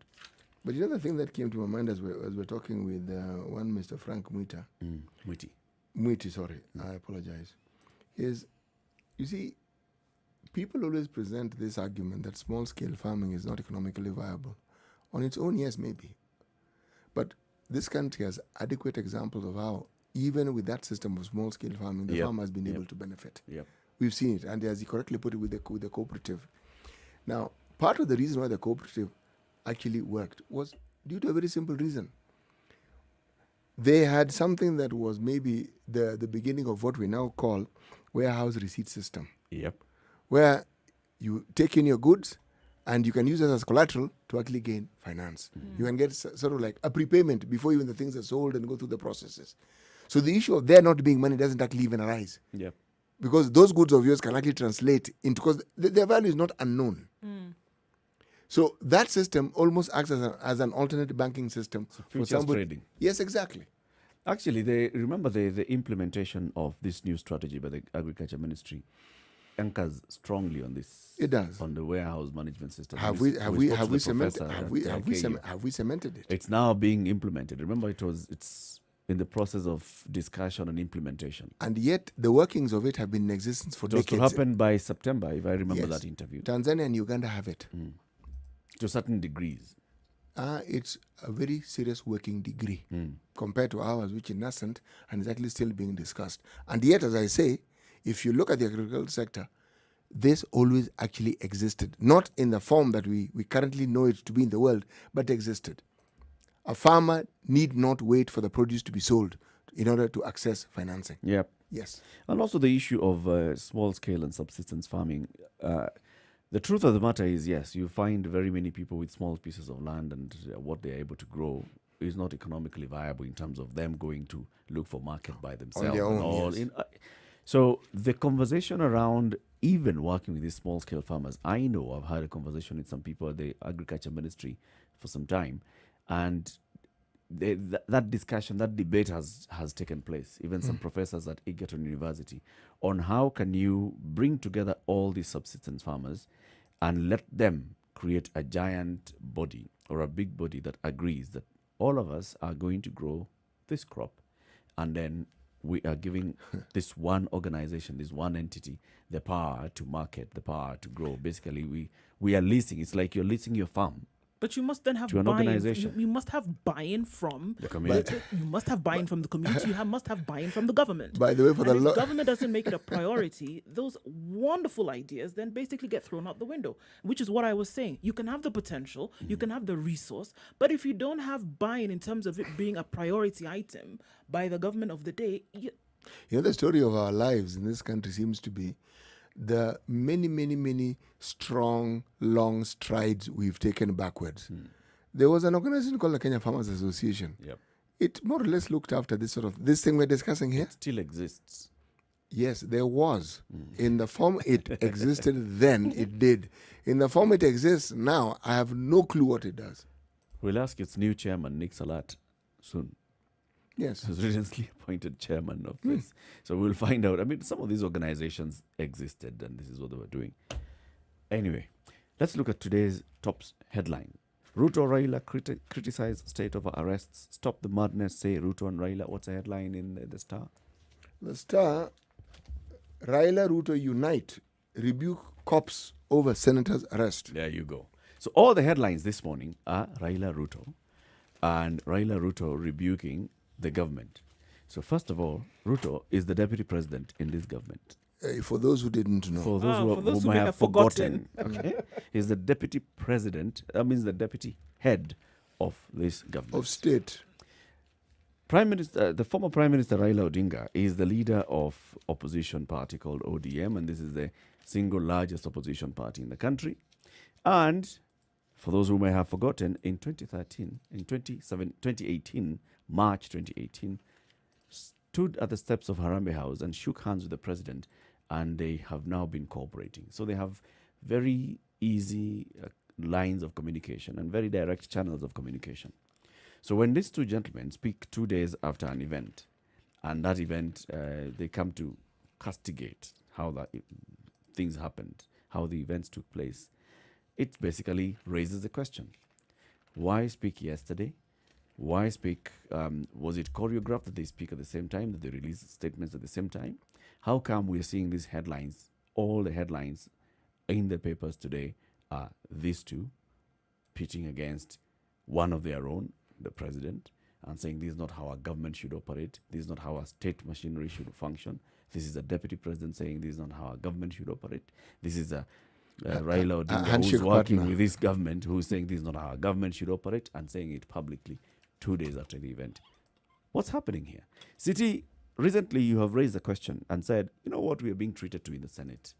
9 sittings. None of them has gotten to a point where there's proper direction on what exactly the contention is with regards to a formula. None of them appears to even show that we are heading towards consensus in what we can come up with as a solution. From the first meeting to the 9th meeting, what we're getting is more and more proposals to amend a certain proposal. Every new sitting, there's a new proposal that has been brought in as an amendment, as a proposed amendment. Now we have a committee of 12 people that is beginning to sit today in the Senate to look at all these many proposals, to look at what the Commission for Revenue Allocation proposed initially, to look at what the Senate Finance Committee proposed, to look at, and then sit back and come up with one harmonized proposal. And we are sitting here hoping that this time they'll get it right.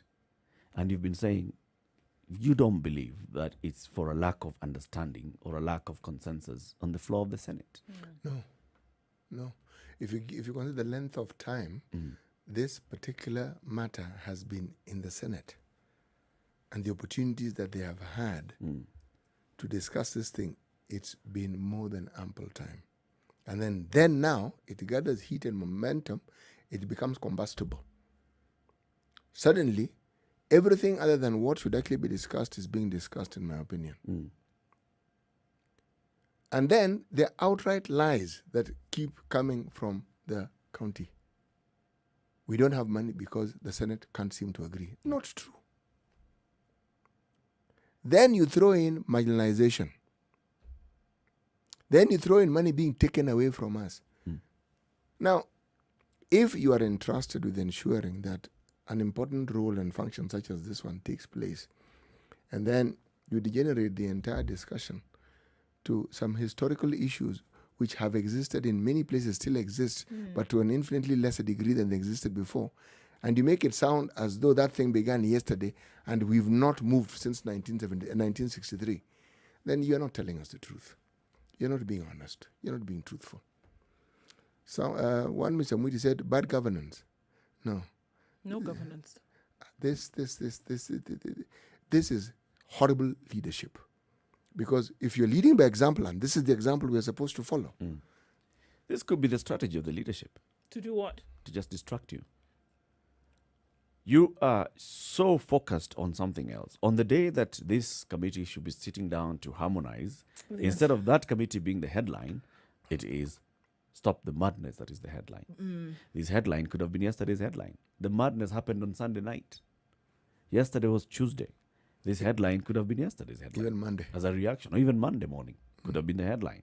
This is happening on Wednesday, on the day when this team is meeting. Basically just throwing it off again. And if you look at the leaders who are talking about this. If Raila Odinga wanted consensus, especially from his side, which the side that he leads, he commands support in that house in terms of the minority. He can just basically call a parliamentary group meeting of ODM and say, guys, come. I hear my minority leader says this, my minority deputy leader says this, my minority whip does not agree. Can we just sit together and agree? So what is the issue? Can we move forward? We haven't had anything like that. The deputy president and the president have not called their troops in Jubilee and their coalition partner KANU to sit down and harmonize one position. You never really want to openly say that there might be something lurking in the shadows and that's the reason why we see all this drama. But the fact of the matter is that over the last 2.5 months, whatever has been playing out is not what you want to see. Look, it just shows, and it would then lend credence to any kind of belief that, or any kind of statement that there's something else going on, because it just doesn't make sense. There is no logic that can be applied to this thing why you cannot come and sit and have some kind of consensus, or at least have some kind of debate that leads towards a decision being made. Not for 9 weeks, not over and over again, and by the time the day is over, there's nothing that you've actually resolved. And then to see the kind of drama that we've been fed over the last couple of days, then I would also have to say that there's something else that may be going on, or there's another plan that has already been set in motion that would then come and surprise Kenyans once again, because it just does not make sense. And it's also actually a bit sad that Kenyans then would have to be treated in this manner over and over again, to say that, you know what, we have to distract you all a little bit with a little bit of drama so that you actually don't see what is happening behind the scenes. And if this is what is happening, then actually, yes, it is quite sad. If the big words that people use, like democratization, over and over and over again, and these are the things that are happening, then Kenyans are being led for, taken for a ride yet again. If you look at every time a matter gets to, say, the National Assembly, you're talking about Parliament, and you consider the number of times we have contentious issues, I would ask the question, how often do we have a debate such as the one we're having? How often? Something that just drags on and on and on and on and on. Yeah. Hardly ever. And part of the reason is because within the Senate, for the longest time, the Senate just seemed to appear to be a rubber stamping institution. So when a debate arises, well, it arises for a while, and then it's like what was anticipated as the outcome actually becomes the outcome. So the discussion moves on to other things. Yeah. Yes. Or full steam ahead. Look at the BBI, for example. They came, asked questions, Kenyans participated here. Was there ever any doubt that it was moving forward? No.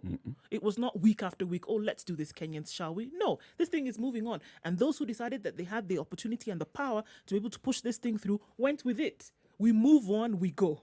And now it went from reporting stage until committee of, what were they called? Committee of experts, who then went around the country.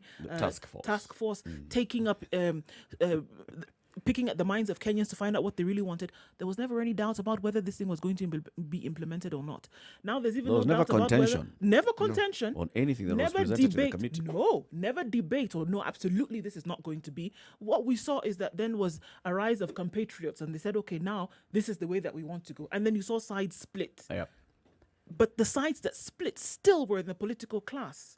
So it was never a question about whether... And so now what are we being told? There's money for referendum, and this is what we are doing, and this is how we are going ahead. What am I saying? This nonsense that you see going on for 9 weeks, if a decision wanted to have been made by now, they would have made the decision. Just the same way a decision was made with BBI, and now what you're being told is that there will be referendum to change the way in which the constitution will work. They want to do something, they'll do it. Bold enough to say that they don't want a decision right now at the Senate. There's something that encapsulates your mind and your thinking at this point, and it's a drama that you're being fed right now while something else goes on. So something else is happening in the background. Something is happening. Something is going on. It's just too clear. We are being distracted from something. There's something going on. There's a strategy called the dead cat strategy, or dead cutting, and it refers to the introduction of a dramatic, shocking, or sensationalist topic to divert discourse away from a more damaging topic. This strategy, or at least the dead cat metaphor to describe it, is particularly associated with an Australian political strategist called Linton Crosby. Crosby was employed by Boris Johnson as his campaign manager during the 2008 and 2012 London mayoral elections, and wrote of his advice that there's one thing that are absolutely certain about throwing a dead cat on the dining room table. And I don't mean that people will be outraged, alarmed, or disgusted. That's true, but irrelevant. The key point, according to Miss Crosby, is that everyone will shout, "Geez, mate, there's a dead cat on the table." In other words, they'll be talking about the dead cat, the thing that you want them to talk about, and they'll not be talking about the issue that has been causing you so much grief. You are in a meeting somewhere with people and things are not going your way. What do? You just place a dead cat on the table. Center of focus is changed. Center of focus changes, and now we are all talking about how did this cat die? Is it smelling? And then there's this small matter. If you look at the arrest of the 3 senators, that's the work of the DCI. Now, fundamental difference here between the DCI and the DPP is that the DPP's office is an independent unit. Justice Odunga clearly stipulated that and indicated it's something that is cast in stone. But Justice Odunga also pointed out that the issue of prosecution rests with the DPP, not the DCI. So you may arrest if you wish, but the likelihood of it going beyond the arrest if the DPP doesn't agree. So the question you want to ask is, we know that the DCI probably answers to the president. It's not independent as does the head of the Kenya Police Service. Not independent. What was to stop them from actually having a little discourse with the DPP about this matter and the issues that they wanted to raise? That wasn't raised, and this is what gives credence to what has been doing the rounds in social media. That the purpose of the arrest had nothing to do with whatever the charge sheets read. Had everything to do with scuttling the process that should have taken floor in the House of the Senate, on the floor of the Senate. So, I mean, then you want to ask yourself, so what is it? What is it that is so crucial? What is it that is so important that the attention of the entire nation needed to be shifted or needs to be shifted? Is it this? Is it the first time that they would have done the allocation of funds for counties? Is it the first time? Not. No, it's not. Is it the first time that they needed to agree about how much money then was sent? It is not the first time. So what is peculiar about this time that the attention of the entire nation then needed to be shifted? And I'm thinking that's the kind of awareness that people need to have. When you see something, you want to smile and say, oh, fantastic. I'm going to sit in front of my TV for the next 3 hours and see what's going to play out here. And that's exactly what they want you to do. Exactly what they want you to do. So you're not actually thinking beyond the drama, because at that time, those precious hours are being used to think of something else.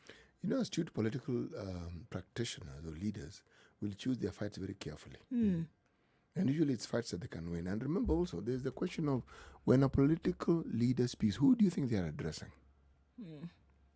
We read it and you think they're addressing you. Yeah. Is it you they're actually addressing? I'm not talking to you. You're a secondary audience. Who do you think they're actually addressing with the statements? Because according to us, the media, one, Raila Odinga and Ruto are supposed to have daggers at each other's throats all the time. Suddenly they're speaking in the same voice, singing the same chorus on the same day. Actually, you've missed out an important point. They're in the same choir. What is it that the country, the nation is being distracted from? Because this whole issue of a standoff in the Senate, these statements now that are coming from the top leadership of the country, the deputy president, the leader of the largest opposition party, who is cooperating with the government and who has direct ways of dealing with these matters from a government perspective, they're coming out to speak out against it.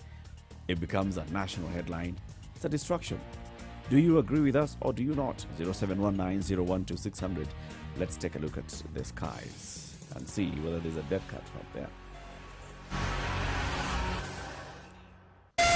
Spice FM, Malindi.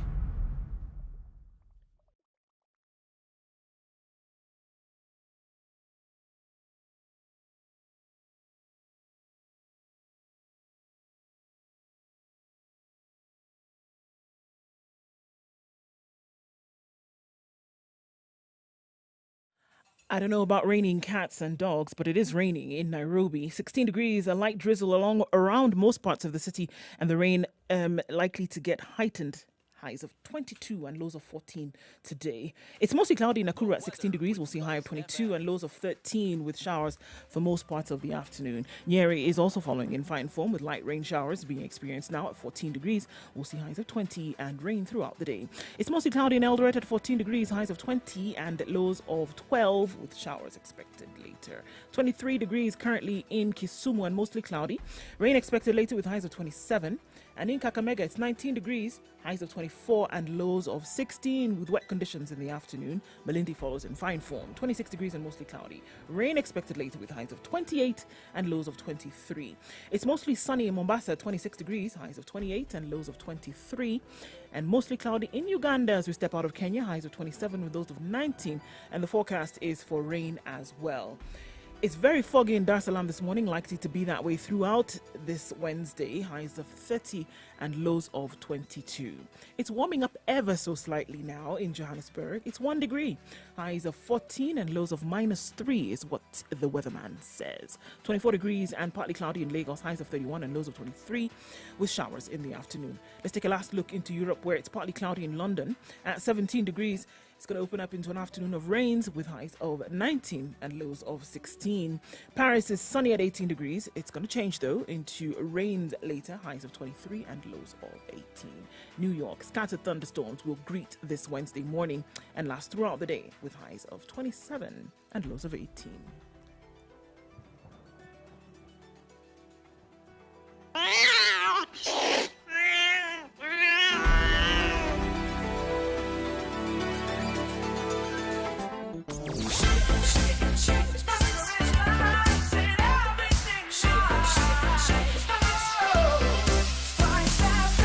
Spice up your life. Mature, intelligent talk every morning. Spice up yourself.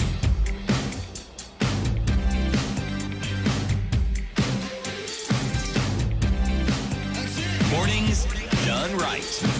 94.4 Spice FM. This morning, and you're saying that this whole charade is a distraction from something else that is happening, something else that's more important, that could otherwise be occupying people's minds and attention. But for some reason, now the attention is on what's happening at the Senate. And this is a whole conversation about there are gainers, there are losers, there are people who are going to gain some millions of shillings, others are going to lose up to 1.3 billion shillings from a formula that was proposed by CRA, from what the leaders from certain regions are doing. There's a whole disagreement back and forth, and you can see there's unity of purpose when it comes to leaders who come from different regions of the country and from different political parties coming and either standing for or against a certain position. So it's not even about political parties anymore. The partisanship is not on political party base. It's on something else. And you're not able to really pinpoint and say, it's because of the ideology or because of the region where they come from. It's not necessarily any of that. And you know what is of interest? That even as we are dead cutting or discussing the dead cutting process, we really wouldn't have a leg to stand on if our political leadership was more reliable with what they say and how that translates into what they do. But the history has been a lot of what they say is precisely just that, a lot of what they say. So when you then have a debate such as this one here, a debate that centers the entire discussion on monies that should go to the counties to ensure that the counties function, something that they've been doing for year in, year out, suddenly this thing has gripped the nation. And everything that you can talk about is going. I'm surprised they haven't said that, we haven't been able to disburse COVID money simply because the Senate has not agreed. The Senate has not, No. There's a likelihood of an angle to that story. The county is saying, the whole country looking at getting a peak or being overrun by COVID-19 and saying, we had a lot of, distraction or delays in the disbursement of funds to the counties, and the counties are the ones that are managing COVID-19. And so they were not able really to dip their hands into the national kitty and pick some money. And that's why you see that counties were overwhelmed. The health systems were not able to cope on time. It's because we did not have enough lead time with enough money to support this. So what we're saying is that some of these pending industrial actions with the health workers in the counties could also be blamed on this very same thing. Yeah. And yet, even prior to COVID, if there's one thing that we've had our eyes full of, is these industrial problems that the counties seem to have with their health workers. Yes. One county is complaining to the courts who have reinstated them. Another county, the variety of stories around health workers in the county are almost as varied as the number of counties that we have. And I have to ask, it's a devolved function. Why is it that this matter is never really resolved? It just goes on and on and on and on and on. And yet we have counties that seem to have had their heads wrapped around it and they figured out what to do. So it shows that it is not as impossible as some people may want to make it appear. It's not impossible. No. But what is it that then is happening that we are not focusing on when you're focusing on what's happening in the Senate and the arrests in the middle of the night and the transportation of legislators from one region to another over hundreds of kilometers, and then the DPP looking at it and saying, I'm not going to charge them. And then political leaders coming out to say, no, that was very wrong. That was wrong of the government to do. What is happening that we are not focusing on? The biggest challenge that we have right now as a country, of course, is the economic impact of COVID-19. There's COVID-19 itself. There's the economic impact of COVID-19, which comes directly to people. People have lost their jobs. People have lost their incomes. People are not able to fend for themselves on a daily basis. There's not money in the pockets. So the issue of there not being money in the counties could also be, just an issue that can come and be used as an excuse. And I think we must also remember that it was when the questions started getting a lot more heated about what happened then to COVID funds that came into the country that should have been used to fight this pandemic. And the questions remain. Where did they go? There's something that comes about when there's a repetitive nature in questioning about what happened with funds. And it wouldn't be far beyond reality to actually say that, look, you know what, we're tired of some of these questions. Let's put the focus on something else for now, as we're able then to figure out what to do. It would not be far removed from reality to have that. I mean, there's so many other things, like you say, that are going on right now that attention is needed to be refocused elsewhere, and then create a little bit of drama so we don't really have to think about it by now. By the time Kenyans come back to their senses, we would have moved on and we'll be talking about something else, as normally happens. Because you wouldn't be asking. Look at what happened when there was the whole uproar, and which it hasn't stopped in my mind, about, schools having issues with their infrastructure, and then one collapsing, and then students dying, etc., etc. And then there was a report, and then it never really happened, and nobody spoke about it again. And there was going to be an inquest, this, that, the other thing. There was yet another stampede in another school, safety concerns and precautions. Nobody spoke about it. Okay? Then what happened? Floods came. Then what happened? Locusts came. Then what happened? Other things happened. Nobody's really talked about it again. By the way, the locusts are still coming. Huh? Just so that you understand, huh? It's not as though they went forever. Even they have holiday season when they come here. So it's not as though that because we manage the situation, it has been managed for keeps. No, it's temporary. We can expect them again. But if you think about it, we've spoken about, for the longest time, the Black Lives Matter took center stage in almost every discussion. And we've seen changes. In the country where it began in the US, we saw some very, very interesting changes taking place and awareness. But the question I have to ask is, are those changes going to be lasting? Now, did the gentleman need to pass away? Did he need to die in the manner that he died for this to become an issue? The answer is, of course not. Of course not. Now, I want to pick this. The fact that this matter has been highlighted by the Deputy President and the leader of ODM tells me this. It is a matter that should be of national interest, that there are times when our police force do things which they are not supposed to do. Because that's essentially what the leaders are saying. You are not supposed to conduct yourself in this way. You're not supposed to do this way. But it brings me to the real question.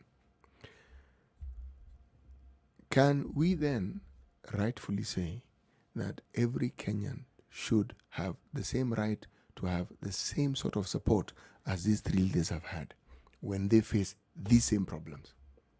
You're walking home. You are late. You are walking home. You forgot your face mask.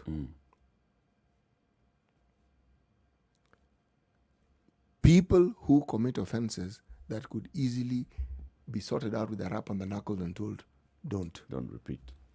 But you're all bundled into a lorry and you're taken to wherever it is you're taken, quarantine. It's not that people shouldn't be quarantined, but it is the manner in which it is managed. Why should the mwananchi always be the one who faces the blunt instrument, the blunt force of The very, very laws that are supposed to protect them. How are the laws protecting the citizenry? You see, so long as the law seems to protect people who have high-sounding positions or who have been elected to positions of high authority, then you cannot say that the law that we have in this country is a law that caters for the needs of every citizen. You can't. But are the police not supposed to do anything just because you're a mheshimiwa or because you are whatever? The thing is this, it's not that the police shouldn't do what they're supposed to do. By all means, they should. And if indeed they have a case, they still have an opportunity to make that case. Present a case that can actually be taken to court. Don't let it stop there. Because this story seems to be dead. It's finished. They were arrested, they're no longer arrested, end of story. Finished. If the case was a genuinely serious case, then we should see these people being taken to court. Then we will know that the law is actually working for everybody in the same way. Remember, we did see one esteemed senator actually going to court. We did see, and we saw what he did. He was wise enough to have apologized profusely, did sugarcoat what he did. Now that matter is forgotten, and people are at peace with it. This one doesn't create peace. At least in my mind, it doesn't. No, it doesn't. It asks many questions. And then when you see now that there was a dropping of the charges, then you ask yourself, again, akin to what we're talking about right now, when you see those charges then having been dropped, you ask yourself, so what was the hullabaloo about? Why was it necessary for you to create this whole scene and all this drama on that particular day? Then it is clear in the minds of people that there was something that you were trying to scuttle. Because the next day you drop the charges and nobody's discussing it anymore. So why was it necessary for you to do all of this the day before? And those are the questions we should be asking. You know, we've asked this question before with regard to 2022. And this question we even asked with regards to the narrative around this discussion in the Senate. Now, it points to, one, the bell has been rung for the political processes for an election to actually begin. And you can tell by the narrative. The us against them narrative has begun again. This time it's begun in the Senate, and it's begun with these people are getting more money. No, sorry, not even getting more money. These people are taking our money. Our money. Yes. Money. Now, the moment that debate takes that, now you tell me, where do you think it's going to go? Because it has begun, and by the way, that debate has welcomed it. There are years that just welcome it, because that narrative explains many things that you should have done and you didn't do. You could have done and you haven't done. Oh, yeah. Yes. So thinking goes out of the window. That is through the It's a brain. single flame in a Exactly. dry forest. Exactly. So instead of having a useful discussion that brings out the fine points of how these processes are arrived at and how the arithmetic that the Commission on Revenue Allocation will go through to actually get to this, that is lost. And yet these are very able Kenyans who know exactly what they're doing. And these things we're discussing here, they take these things into consideration. And remember, it was a process. Let's start here. The consideration of trying to take care of those injustices was one of the considerations that the division of spoils had at the beginning. Yep. Let us make sure that we try and write this by funneling more money so that this can happen. Funneling more money so that this can happen. Yep. The discussion of what the money was purposed for and whether that was achieved never takes place. So we're still at the marginalization stage before this money even ever came into being. And this is 7 years down the line. With trillions of shillings. 1.8. And here we are supposed to just go along with this and say, it's okay, there was some drama on Monday. We'll figure it out. Yes. Yeah. The debate is good, but why not debate the really germane issue? Why not bring out the discussion that should also be part of this? Yep. Why not disagree on principle? Yes. Say, look, this according to this formula, this, and the other, I disagree with because this is the impact of it. But no, it's all about shouting matches, screaming at one another. You are not going to force us to vote. You are not going to make us follow your way. You're not going to ram this down our throat. So you wonder, where did this get into this? If you want to kill us today. We are not going to be coerced. That's a statement you make when you know very well no one is going to kill you. If you actually thought someone was going to kill you, You wouldn't dare them. you'd talk really differently. You wouldn't dare them. Again, who do you think the senators are addressing when they make these sensational statements? We do have a real issue. We do have an issue of understanding simple things like the government allocates 5 billion shillings to the counties so that they can be prepared to meet the COVID menace. Simple. We are even told how the money is dished out. Who gets what? We know. Then you are asked, are you ready? Yes, we are ready. Have you met the requirements that we set forth? Yes, we have. In fact, some we've gone beyond it. In fact, just a few, as in 21 are ready, but the other 26, 25 are not ready. But most of us are ready. Look at that math, 21, but most of us, that's 21. Right. Then the president decides to do a little... Fact finding. Yes, and the fact finding is that 5. 5. 21 comes down all the way to 5. And we're still continuing this conversation. Let's take a break and see what's happening on the roads. 20 minutes to 10 o'clock. This is a situation room. It's Kenya's biggest conversation. Join the conversation 0719-012-600. That's 0719-012-600. Also, you can join the conversation on Spice FM KE, Facebook, YouTube, Twitter, and Instagram. Good morning.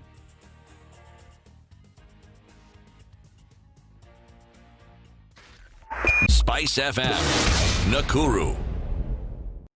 Spice FM. Spice up your life. Okay. Traffic. Just when we thought everything was all right, I guess not. This traffic jam on Langata Road at Nyayo Stadium is terrible. So it seems the cold weather has made it difficult for the police officers to lift their hands. And everything is in a bit of a mess this morning. And then when we thought it was all good on Thika Road, there's a terrible accident at Survey between a lorry and another vehicle. A lorry has lost control and the service lane... from the service lane to the main highway. So we have this accident inbound across the road, guys. So it's a mess right now. So it was already bumper to bumper traffic. Now absolute standstill. It's not happening until that accident is moved out of the way. So where we thought it was all good, unfortunately, it isn't. So we're looking at Langata Road and Thika Road right now. We're getting some problem spots.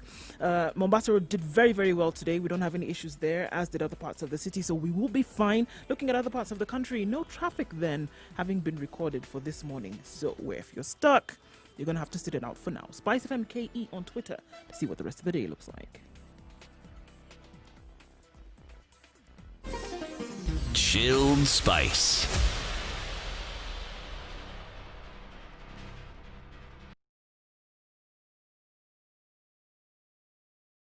Mature, intelligent talk every morning.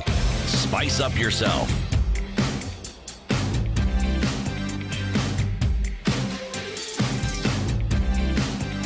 Mornings done right. 94.4. 600 0719-012-600. Are we being distracted from something? These are all these standoff and back and forth in the Senate, the arrest of senators, them being taken all the way to their home counties, being released, and then top leaders of government coming out, top leaders in the country coming out to say, oh, no, this was a wrong thing to do. But they are speaking almost 30 hours after the arrests took place. What exactly is happening? Paul in Weyomererie. Paul, good morning. Yeah, morning to you. Weyomererie means jikaze. Jikaze, yes. Right. Yes. Talk to I'm us. following up on this discussion Right. keenly. And my take is I think the government is trying to divert people's attention from the fact that the COVID money has been eaten. Guys have made away with chunks of money. Mm-hmm. And this is a discussion people have to be diverted. That is my take. So being diverted from that fact that money has been stolen. Yes, the donors' money and all of it meant for the COVID. All right.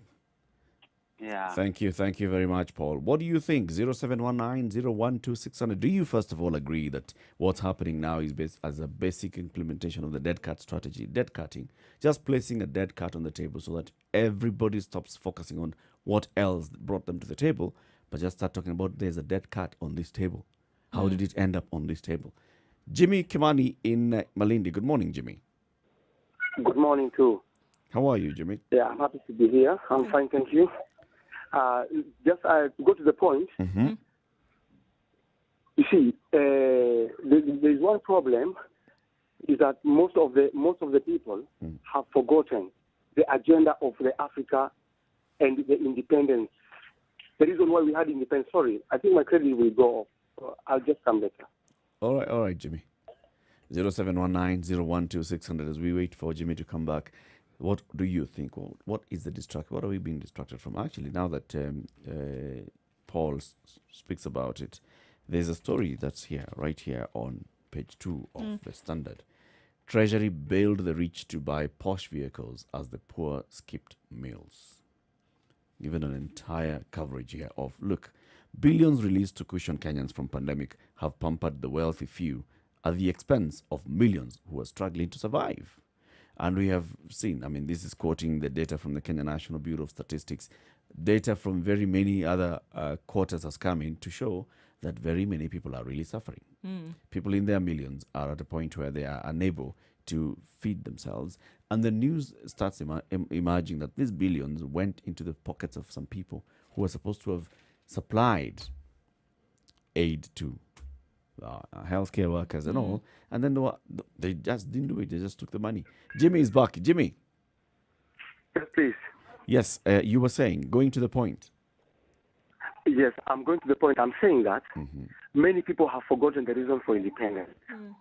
And the main reason, as the first Mjadala which we had before, it was about how Africa is going to unite and how we are going to be one. This is a dream that all the African leaders had in mind. When we got the independence, it was about Mau Mau. It was about Africa. It was about Kanu, Kenya, Africa, whatever. It was all about Africa. And the main the main thing that has made us lose the direction is wealth. So when I come to this, I mean, you see those senators that were arrested. For me, I view it in a different way. These people, we can say that it was bad, they were done injustice. But always look, if it's a game being played, my friend, because I don't trust the Senate. I don't trust it. From my zero issues and all I know about the Constitution, for me, I don't have trust on the Senate. So, these senators, it is good before we judge, we should look who is playing the game who. Okay. Or who can be used to play the game. All right. Because we know Jimmy. clearly. Yes. People can be used to play games, as you say, they are being done this and that. So I don't trust everything that's going on. So who's the puppet master? Who's the puppet and who's the puppet master? The puppet master is the person that has forgotten the reason of leadership in Africa. Is to set up agendas that will unite Africa, not to set up things that wealth is taking on our eyes. Our forefathers never had the vision of the eyes of the wealth. They had the vision Jimmy. of the eyes of freedom and leadership. Asante sana, Jimmy. Brian in Nakuru. Yes, morning, guys. Morning. Yeah, you know, the problem with Africa, it started like long time ago. Africa, we lost our identity. We are looking to the West for a solution while the solutions are still... we are looking to the West for a problem for a solution, so while our solutions are still here in our ground. So the other person cannot know the problems you are facing and what you're going up to look up to them. So you find Africa from system has been just a vital ground. Even in the good book, the Holy Book, it says Jesus came to hide in Africa. God brought Jesus to hide. The Israelites were in Africa for 400 years. It was like, it's something where a special thing is hidden in Africa that most of us don't know, that when it comes back, and most of the guys won't go with it. So it's just a mentality Brian, of slavery. Ndu doesn't know that brought up. part where Jesus came to hide in Africa. You don't know that part? Well, during when King Herod was killing the kids, they came to Africa. They boys, came to yes. Egypt. Thank you, Brian. Thank you, Brian. Baba Waithera, Oh, hi. how are you? Oh, me, I'm okay. And how is everyone there? Fine, thank We you. are well, thank you. Oh, I'm happy. I'm happy to always wake up to your discussions. Now, there is this Mwalimandro who is asking the translation or the alternative of the proverb. Let me give you one in Kikuyu. Yeah? Yes. Hiti the hair go carry. Hiti is the hyena. And you know that what he wants to describe the hyena, and up to now I remember that he was comically perfect. That means we take it that when your mother kills the bull, it is going to be eaten by the hyena. Now, yeah. Now, when you also kill the goat, her goat, yeah, we also take it that it's going to be eaten by the same hyena, okay? So it is like you, both of you, the wrong one and the wrong one are feeding the hyena. So don't give it for the carry means the second time, yeah. So feed it once, and that's enough. Just feed it once, yeah. And now look for the solution. Now now let me come to the discussion, yeah. I do not think that we are being distracted from anything. Okay. What somebody is trying to do, I remember mentioning the word pay them with payday, yeah. Whether you like it or not, it's going to happen. It's my way, yeah. And I told you that I dreamt somebody uttering those words. I don't know who uttered them, but I dreamt, and my dream was when I went to my interpreter, I was told it was really uttered in Kenya. Okay. Okay. So somebody beats his chest and says, "It is either my way or you. It is the highway." Okay. Okay. And this is very bad because it is watering down our effort to bring democracy. You know, the sense of discard, let us discard, yeah? And it's only God who is going to help us, actually. It's only God who is going to help us. And even Satan, if he was in his place, yeah, there in hell, yeah, I think he gives the small devil some kind of freedom to discover and tell him, okay, let us now go and disturb Eric. No, tomorrow we are going to disturb Morimadro, okay? Then the next day you can, but it does not mean that he is always going to have his way. Do you see? So it's somebody who basically wants to ram it down our throats. Definitely, and he wants to redefine dictatorship, okay? So is it? But is this the only way? I mean, isn't there any other better strategy? Does this somebody not have better access to better tools? Well, let me tell you, Mr. Eric, yeah? I'm happy that the kind of people that we now have, including you people, me, and others, yeah? There are some people who have developed patriotism, and then, okay? And who use their own brain and reasoning to actually come to conclusions, okay? Yep. It is very hard to buy those people to coerce them. Do you see? True. That's very true.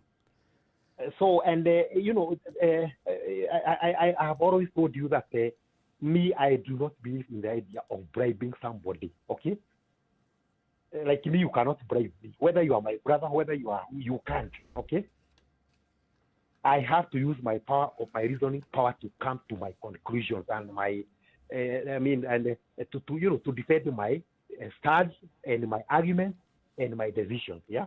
So, we hear you. We hear you. Thank you very much. Are you going to have a good day? We are going to have a good day. Thank you so much. Thank you.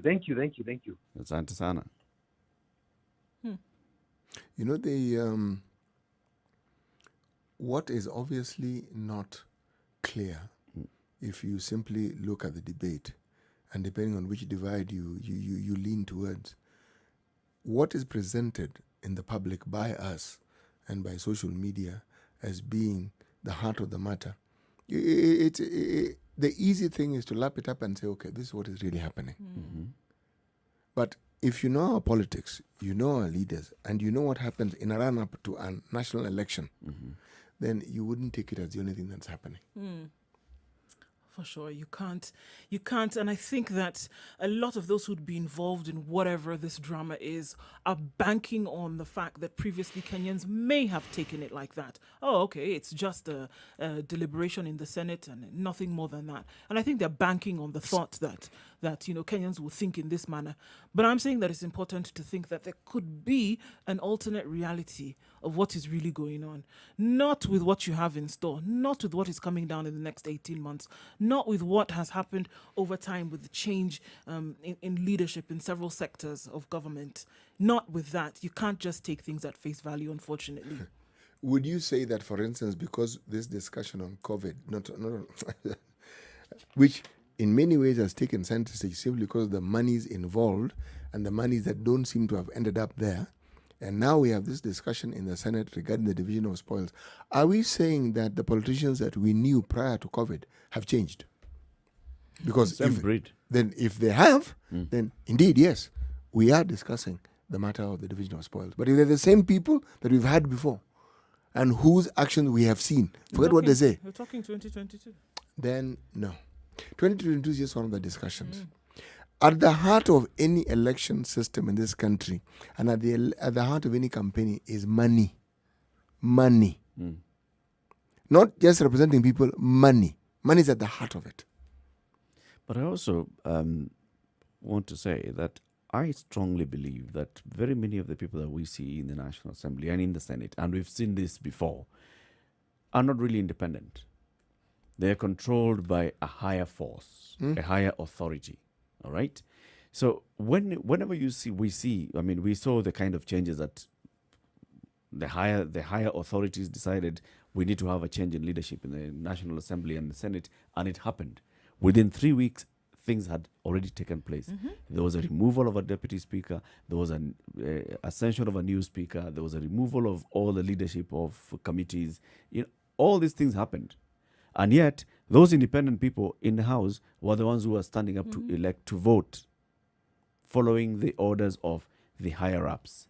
Those higher-ups are the ones who are still running this show right now. This whole division of revenue and the formula in the Senate, it is not because of the independence of this so-called Team Kenya and the Young Turks. They're involved in the conversation. They have absolutely no control. They would not be able to stand up and tell us today that they cannot vote and they'll say no, and no one can tell them what to do. Absolutely, I don't believe it. Johnson Odero calling in from Kahawa West. Good morning. Good morning, Eric. How are you? I'm good. Ndo, hi. Hi. And CT, good morning. Good morning to you, sir. How are you?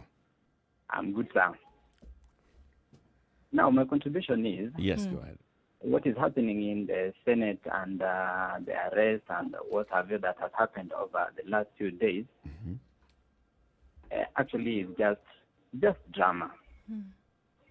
But my view is because we have corruption which has taken root into our society. And from yesterday's discussion and even the previous day's discussion is that we need a change. And as City was saying, it's that change that is what we are trying to resist, which is the hardest thing because we don't want to move from point A to point B because of A, B, C, D.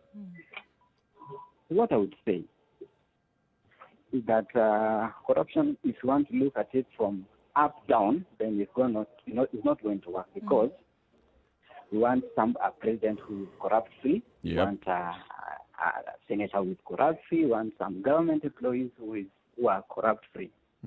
But then you come to local mwananchi, me and maybe some other guy somewhere in the city or in the entire nation. Yep. We have our small corruption traits that we brood. Take, for example, the traffic. You see, when you're along Mombasa Road, you want to alight maybe somewhere. A matatu is going to stand where there's no designated stage. I'm going to drop because of my egocentric. I want to reach in office in time. I want to do ABCD in time. Yep. I'm going to break the traffic rules. I'm going to do ABCD. So you find we have a society which is comfortable with corruption at their lower level. This very same society is going to bring up leaders who have brooded corruption in their minute level. Yep.